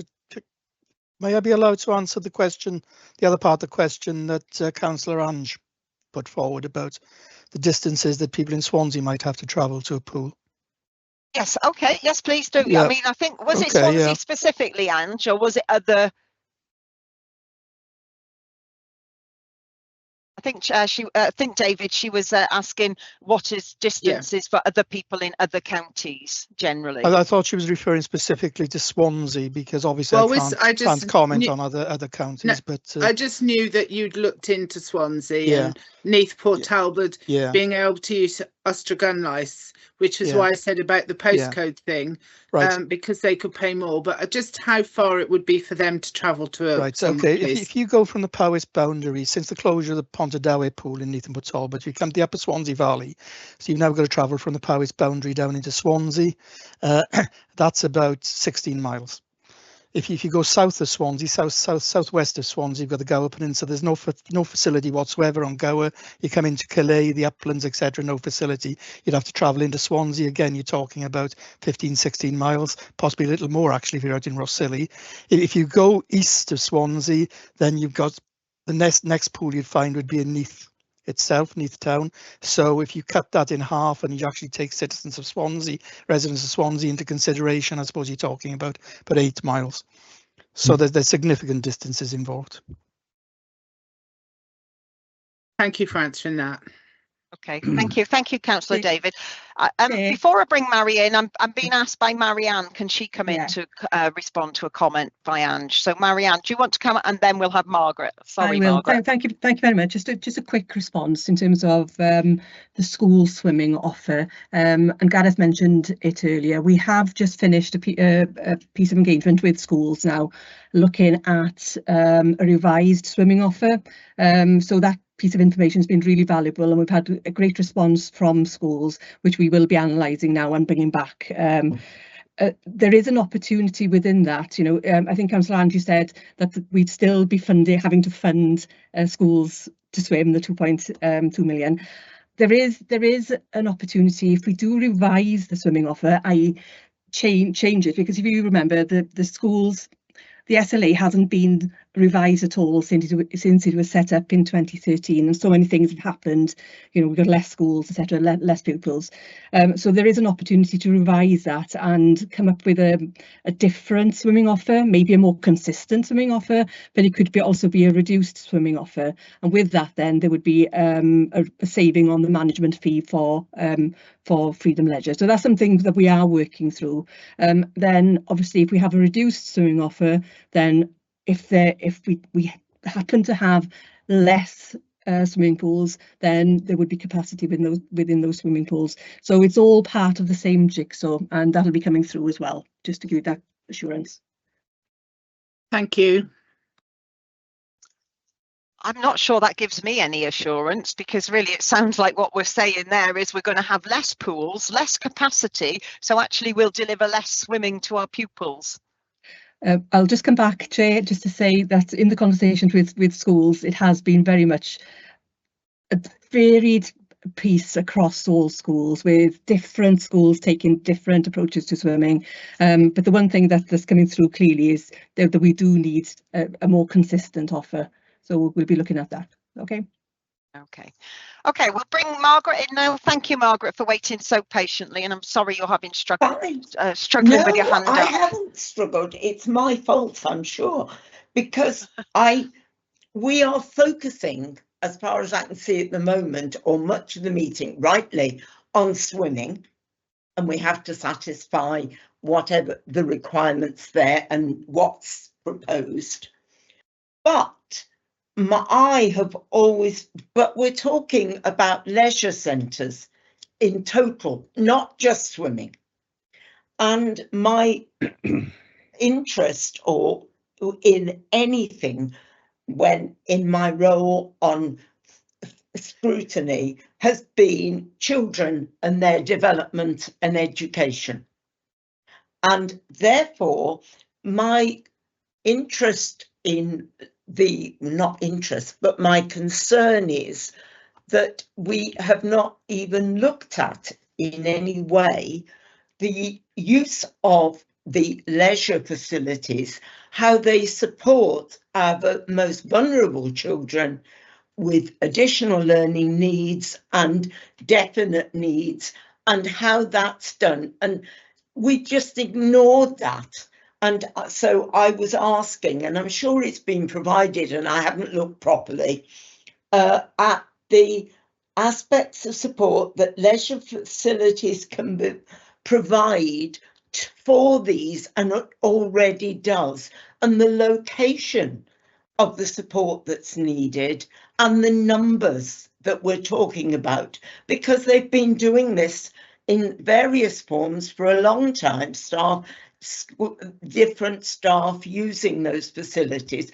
There's nothing about that.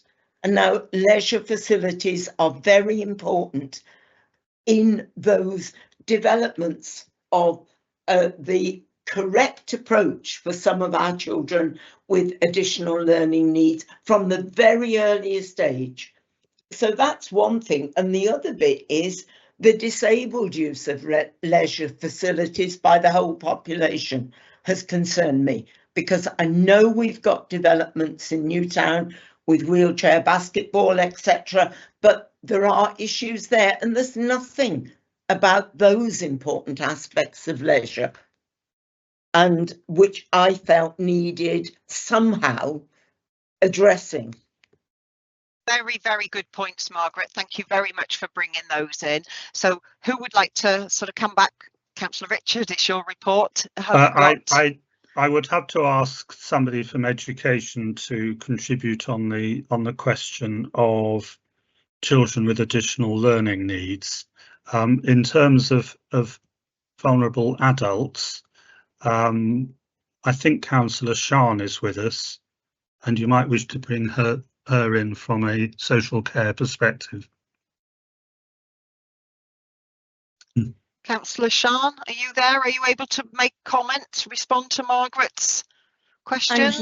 I'm here. Yes, thanks, Councillor Angela. And apologies, I haven't been able to work out how to put a hand up in the chat. And I acknowledge a lot, in fact, most of what's been said in relation to vulnerable provision for people with vulnerabilities, both in the meeting last week and in the meeting today. Absolutely acknowledge the risk of negative impacts on people with health and well-being, in terms of their health and well-being, and people with additional care and support needs, people with disabilities, older people and their carers. These are all things that, you know, we acknowledge that if centres were to close and there was no alternative provision, then there would be adverse impacts on those things, and including social interaction and connectedness as well. And I think we do need a whole system perspective on this. You know, we need to understand how different parts of the system affect and support health and well-being of everybody across the piece, including people with additional needs and vulnerabilities. And we need to create a system that supports the health and well-being of everybody. And we're not there yet. You know, leisure opportunities and access is absolutely key to that. But we also need local and locality-based planning within that. So this is not just a hub model, it's a hub and spoke model. And those spokes, what happens in communities in different localities. And I think Councillor Amanda made this point in the meeting last week. You know, those spokes are as important, if not more so, than the hubs themselves. And we need to design what the leisure offer should look like per locality, asking what's right for this community. And all of this is yet to be worked out. So a key fundamental priority for this project, and also for sustainable Paris in general, is collaboration. We have to absolutely have to get the collaboration with communities right, and I don't want a top-down step up or lose it type approach, and I know that's probably what this feels like so far to some people. I want real genuine collaboration with communities across communities, so that's residents, community groups, businesses that exist here, and Freedom Leisure itself, a range of different stakeholders. So that would be councillors and officers working alongside communities and residents as equals to design a system of hubs and spokes that's fit for the challenges now and the bigger challenges to come. I want us to map together what's there now, what support's needed, to continue with what's there now, and what the gaps are and how we might work together to fill those. So it's a consistent theme, you know, across different feedback that we're getting on different levels.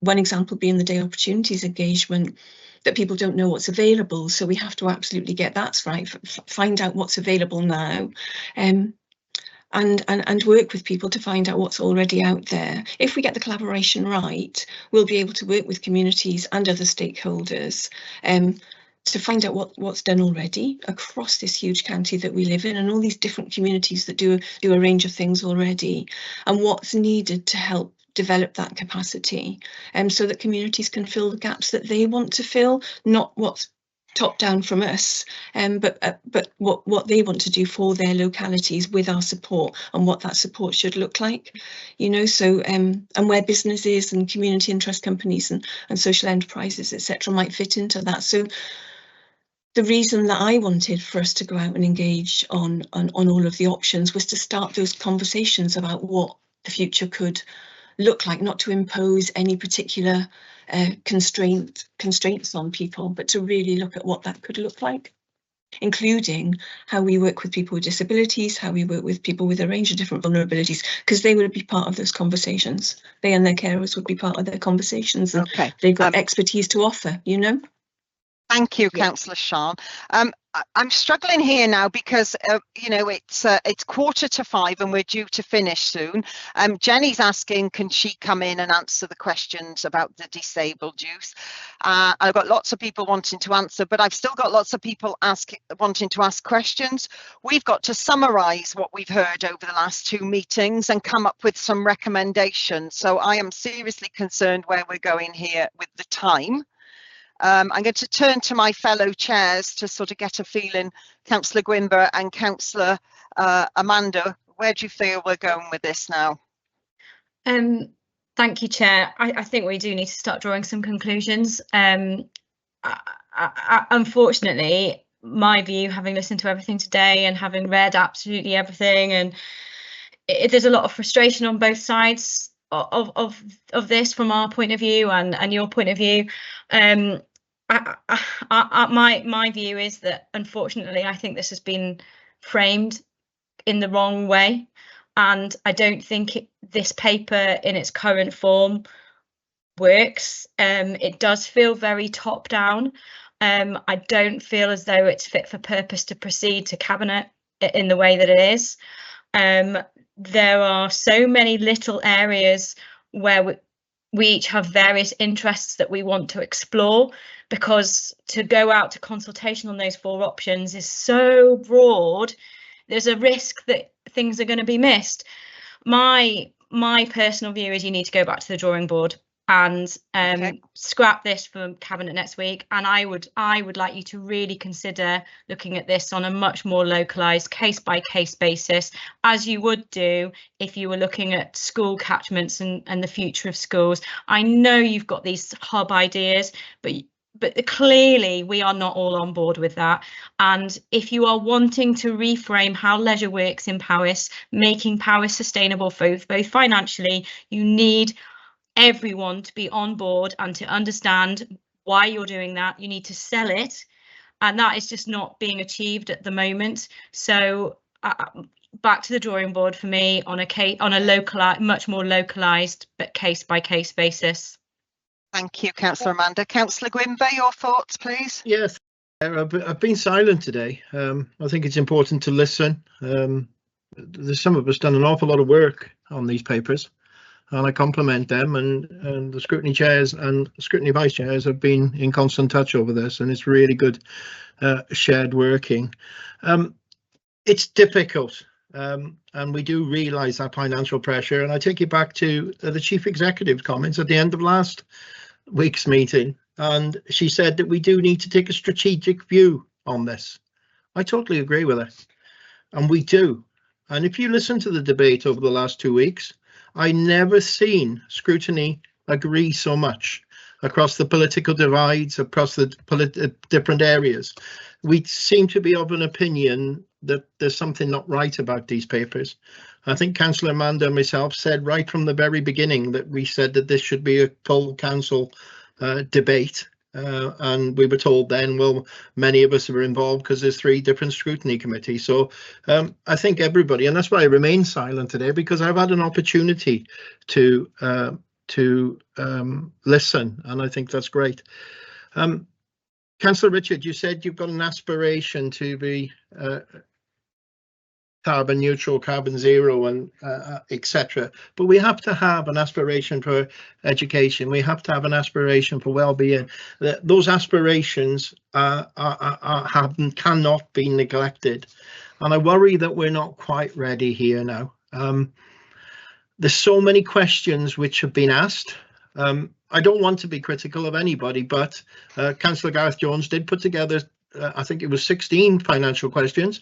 They came through us as councillor, as chairs and vice chairs, and I think it's wrong that they're not with us today, because in my opinion, those questions should have already been asked.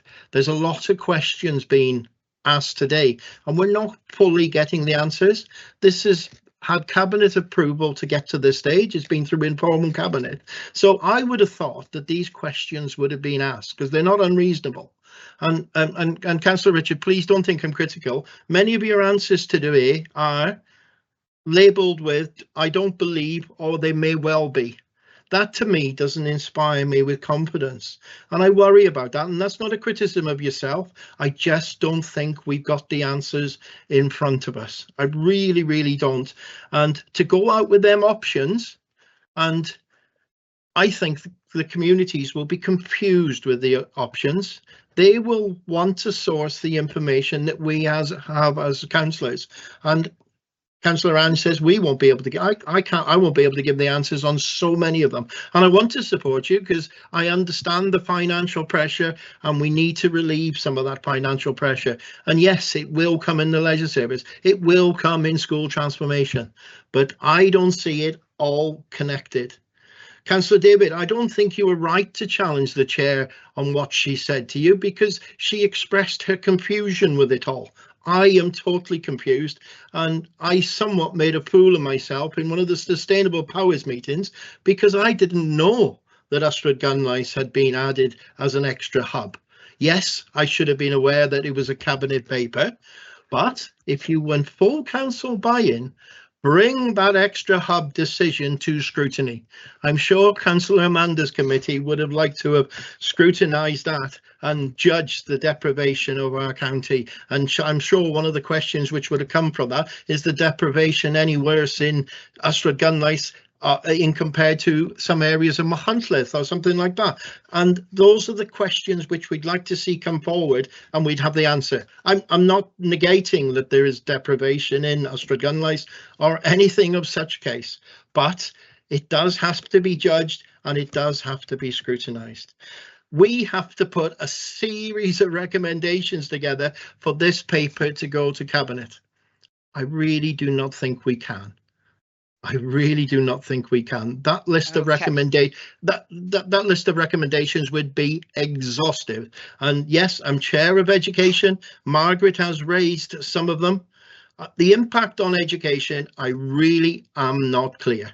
Those leisure centres enrich children's lives, the well-being of their lives, the good behaviour that it installs in people. What is the impact of taking away them leisure centres from them schools?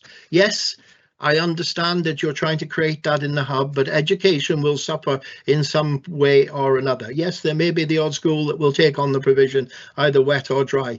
I'm not clear.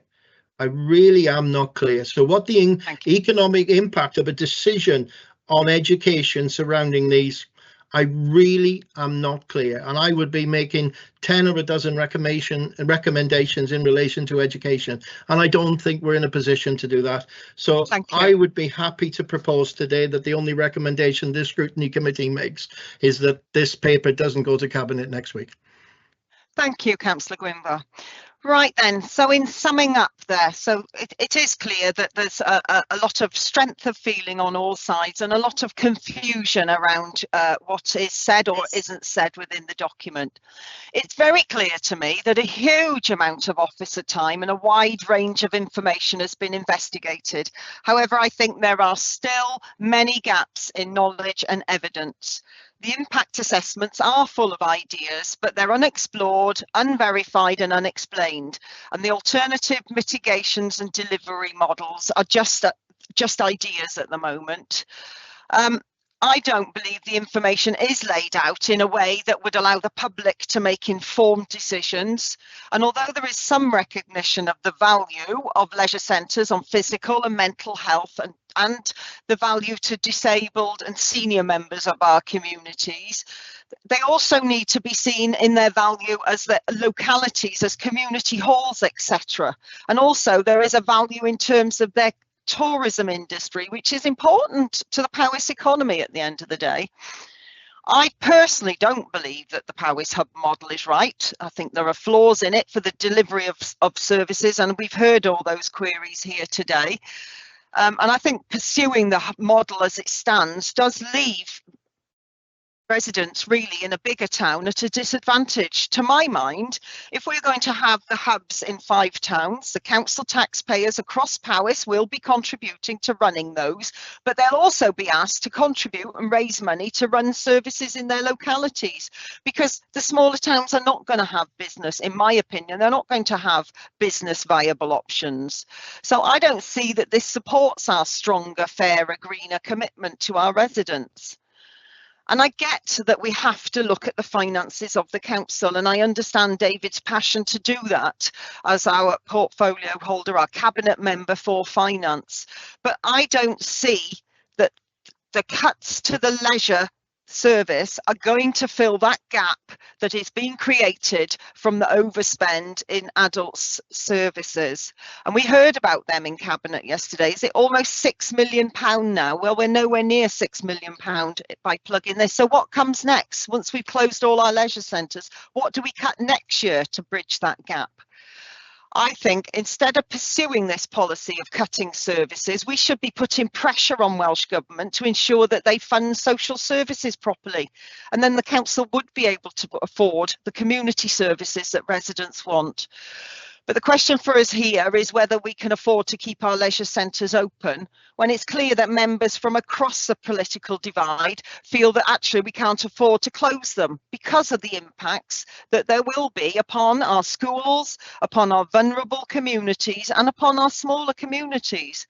So I'm minded to agree with my fellow chairs, Councillor Amanda and Councillor Gwynber, and I am going to say that our one recommendation is this paper is not ready to go to Cabinet for a decision, and that we ask the council staff, the officers, to come back, work with members to come up with a paper that is in a fit state to put out to our communities, as Amanda suggests, in a locality basis, on a similar way that we do with our schools when we're looking at the future of our school estate.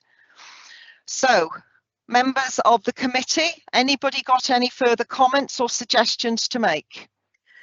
Can I ask, Angela, just based on what you've just said, can we ask the cabinet members here today directly whether they, having listened to all of our concerns, whether they would at the moment think that they should proceed as planned next week on this basis, or do they want time to process it, or, you know, what just a yes or no really? Are you still happy to proceed based on everything we've said today?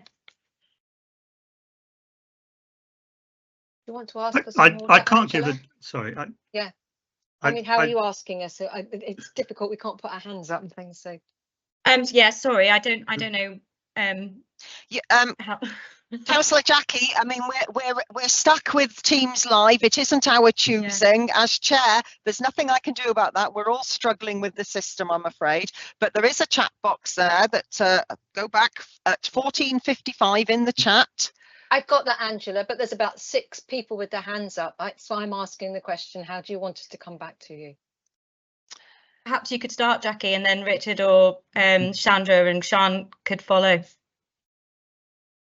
I'm quite happy to start. I've listened to everything in this scrutiny committee, as I did in the scrutiny committee last week. I've listened with interest, and I can see the passion that is out there. I do think perhaps a little bit more time to allow the officers to respond to some of the questions might have been useful, because I feel that some of those questions were only half answered. And we can ask those questions again in cabinet. I'm mindful to take back. I think it's a good recommendation that you're making. I have no problem at all with your recommendation. I think actually it's the right thing to do. So we've got a lot of things to go and think about, but I can't give you and a specific answer, because again, like you, there are an awful lot of questions that need to be answered. I did go through the paper that came through to us yesterday from Diane, giving all the responses, and I think there have been a lot of responses in there. We haven't had a chance to air those responses today, but I'm sure we will do in Cabinet. So I hope that helps a bit, Amanda, to the question that you've been asking, and contributes a little bit to the scrutiny, and to both the scrutinies. So this is the first time I've spoken. Thanks, Jackie. Thank you. Yeah, thank you, Jackie, because that allows me to say the first point I had in my notes, actually, which there's in future, when a paper is due to come to scrutiny that is of such public interest and impact, and that it's such a big paper that it requires 3 scrutiny committees, I would like to ask whoever set the meeting up that we are allowed sufficient time to do it justice. We were given 2 hours as a joint scrutiny to do this paper, and had to ask for a second session, and we're given a subsequent 2 hours. I do feel that we as a council have missed a trick there. There should have been a whole day dedicated to this scrutiny session, and I know members of the committees would have liked that to be in person. So there is a feeling from scrutiny members that this was rushed through on our part. So I completely support what you say there, totally. So can we have answers on that from the other Cabinet members, please, Angela? Yes, I was just going to Councillor Richard Church if he would like to respond, as it is his paper. Yeah, I think if you go ahead with the recommendation that you are suggesting, that's fine. We'll consider that, but I think we need to consider it alongside all of the answers that you've had over the last 4 hours. So we will need to consider the answers you've had alongside your simple recommendation. Well, as chair of the joint, can I just finish, Angela? Sorry. Well, I am the chair, so I would know like you to are, say but it's helpful if the chair doesn't interrupt the portfolio holder when speaking. So perhaps if we can give us some time to consider your recommendation, if that is your recommendation, we will discuss it, we will take it very seriously, and we'll come back to you in due course. I can't say more than that at this stage, but you've done the thing very thoroughly. You've spent 4 hours on it. I thank you for that, and you've done your job well, and we will go back and consider it properly. Thank you for that, Councillor Richard. What I wanted to say is, while you feel you can take into consideration the answers, it is very clear from this scrutiny session that members do not feel that they've had full and thorough answers to our questions, and therein lies a problem, doesn't it? So what I'm going to do here, I'm going to turn to all the committee members, and I'm going to ask, do you feel at all that this paper is in any condition to go to Cabinet? Does anybody, any of the members of the 3 scrutiny groups, feel that this paper is ready to go to Cabinet? And perhaps turn your camera on and put your hand up if you think it is ready for Cabinet. And can I just say, Angela, we still haven't had the answers to the questions I raised. So can it be ready? Okay, I've got 0 hands up to that. So I've got 0 hands up to that. So I am suggesting that this paper is not ready for Cabinet. It's certainly not ready to go out to public consultation, that more work is needed to test the assumptions made for the alternative delivery models, that more work is needed to thrash out the actual maintenance cost requirements that form quite an important part of this paper, that more work is needed to know the financial impact on school budgets and the impact on pupils through loss of facilities and swimming opportunities, that more work is needed to cost out the impact on residents' health and well-being and those subsequent long-term increasing costs to social care, and that the Cabinet accepts that the 4 or 5 model in delivering leisure services is flawed for all the reasons that have been put forward here. So I'd like to go now to the Cabinet members then. So could you turn your cameras on, Cabinet members, and put your hands up, any of the Cabinet members who feel, after everything they've heard over these last 2 scrutiny sessions, that you feel this paper is ready to go to Cabinet? Councillor Chair, Angela, Chair, I think don't it's not really appropriate fair for on calling. Sorry, my hand has been up quite a bit, but I don't really think it's fair to call on cabinet members to make that decision here and now. This scrutiny committee can make that recommendation, and it will be added to the paper, and they can have that discussion at full cabinet next Tuesday. It's important that cabinet members, all cabinet members, have the opportunity to review what's been said today and make that informed decision on Tuesday. Clearly, the scrutiny group is really unhappy about the content of the reports and how it's been presented, and the fact that there isn't a strong recommendation, so you can go out to scrutinize. But to consultate. My hand was up really long time ago about other stuff, and we have really scrutinized really strongly this really strongly. But the total budget here is only £6 million. And last Tuesday, on Tuesday, yesterday, apologies, the excess spend on social services was in that region in 1 year.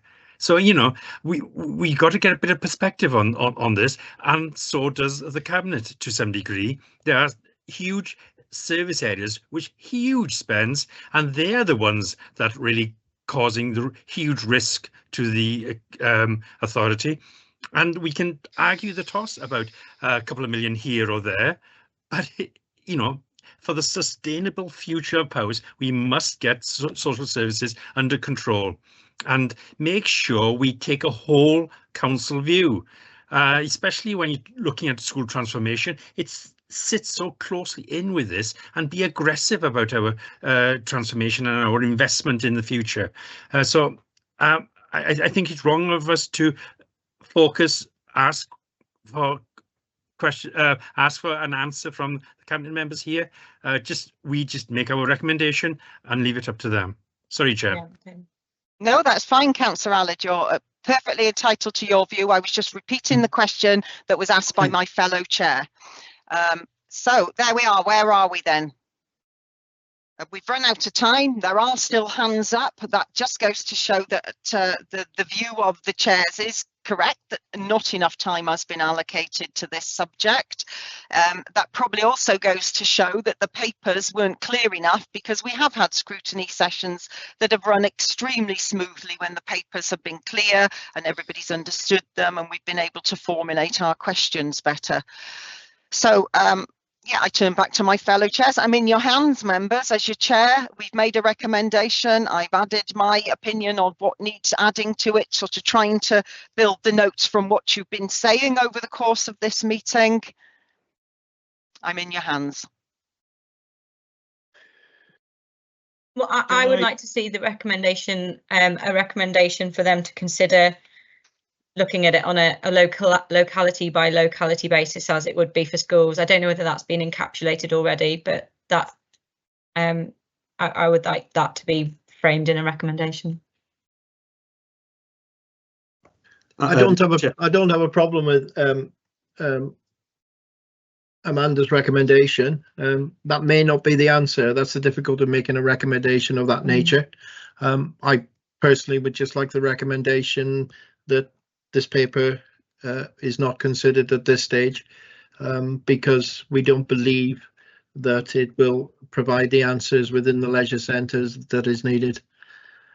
If Angela's recommendation comes out of future conversations, great, and that's a better answer. That's great. There may be other options out there. It may be better to go out to consultation, just simply to taking in residents' views. And I don't know. As I stand, I made the recommendation. I don't believe this paper should go to cabinet next week, because Alid is right. It probably needs to go to cabinet, but I would hope on the basis of the scrutiny meeting that they would see sense and not send it out to consultation. Okay, so Kath, in the background there, are you able to draw any clear recommendation or report from what you've heard today? Yes, Chair, I've noted your recommendation, as have my colleagues. Okay, thank you very much. Yeah. Yep, Gwynfor. Yeah, no, go on. I just like to be firm that we've got an overall conclusion on the recommendation going forward. What have you got, Kath? Okay, all right.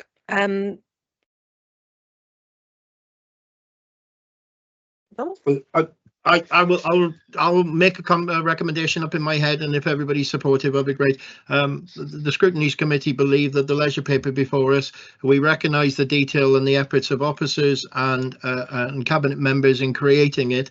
However, we do not believe that this will provide the answers to the financial situation in Powys and give the residents of Powys the leisure service that they deserve, and we urge the Cabinet to reconsider different options.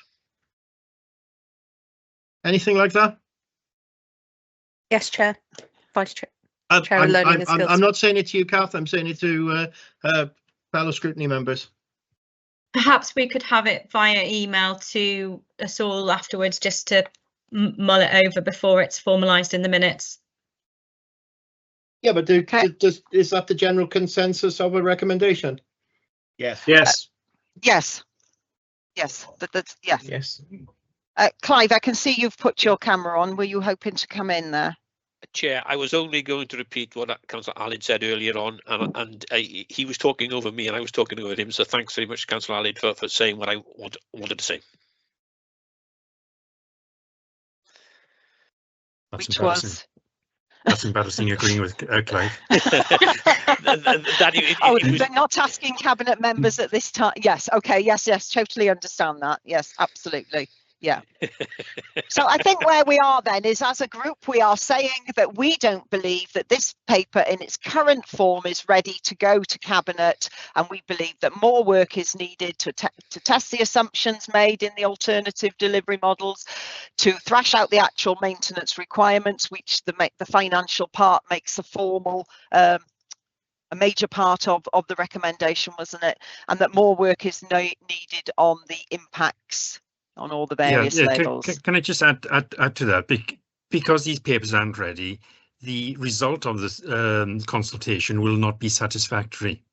No, that is a main driver. That is the problem. Because the question you ask is all important. To have a satisfactory response to consultation, people have got to understand what they've been consulted on clearly and properly, and understand what the options are and what the council can afford going forward as well. And that's a problem with having half a dozen different options. But thank you. Sorry, Chair. Thank you, Councillor Allard. Okay, let's draw this to an end. We've gone over our time. It's been a very frustrating meeting, but I really do want to thank the officers. We do recognise that an awful lot of work has gone in behind this, also to the cabinet members. It is a really difficult subject to deal with, but it is important that we get it right. And I think for that reason, well, you've heard members' views, you've heard the recommendation, and I just want to thank you all very much for your contributions to the session. Can we thank you for chairing as well, Angela? Yeah, thank you, Councillor Gareth. Yeah, it's been a challenge. Yeah. And also to thank our officers. We really were landed in it when our usual form of online meeting wouldn't work, and we've had to go back to this Teams live, so that was a bit of a challenge getting that up and running, but thank you everybody for bearing with us there. It's been challenging. We'll keep using that word, shall we? Challenging. Everything's challenging. Okay, thank you everybody. Thank you very much. Hopefully we can make something positive out of this. Bye-bye. Thank you.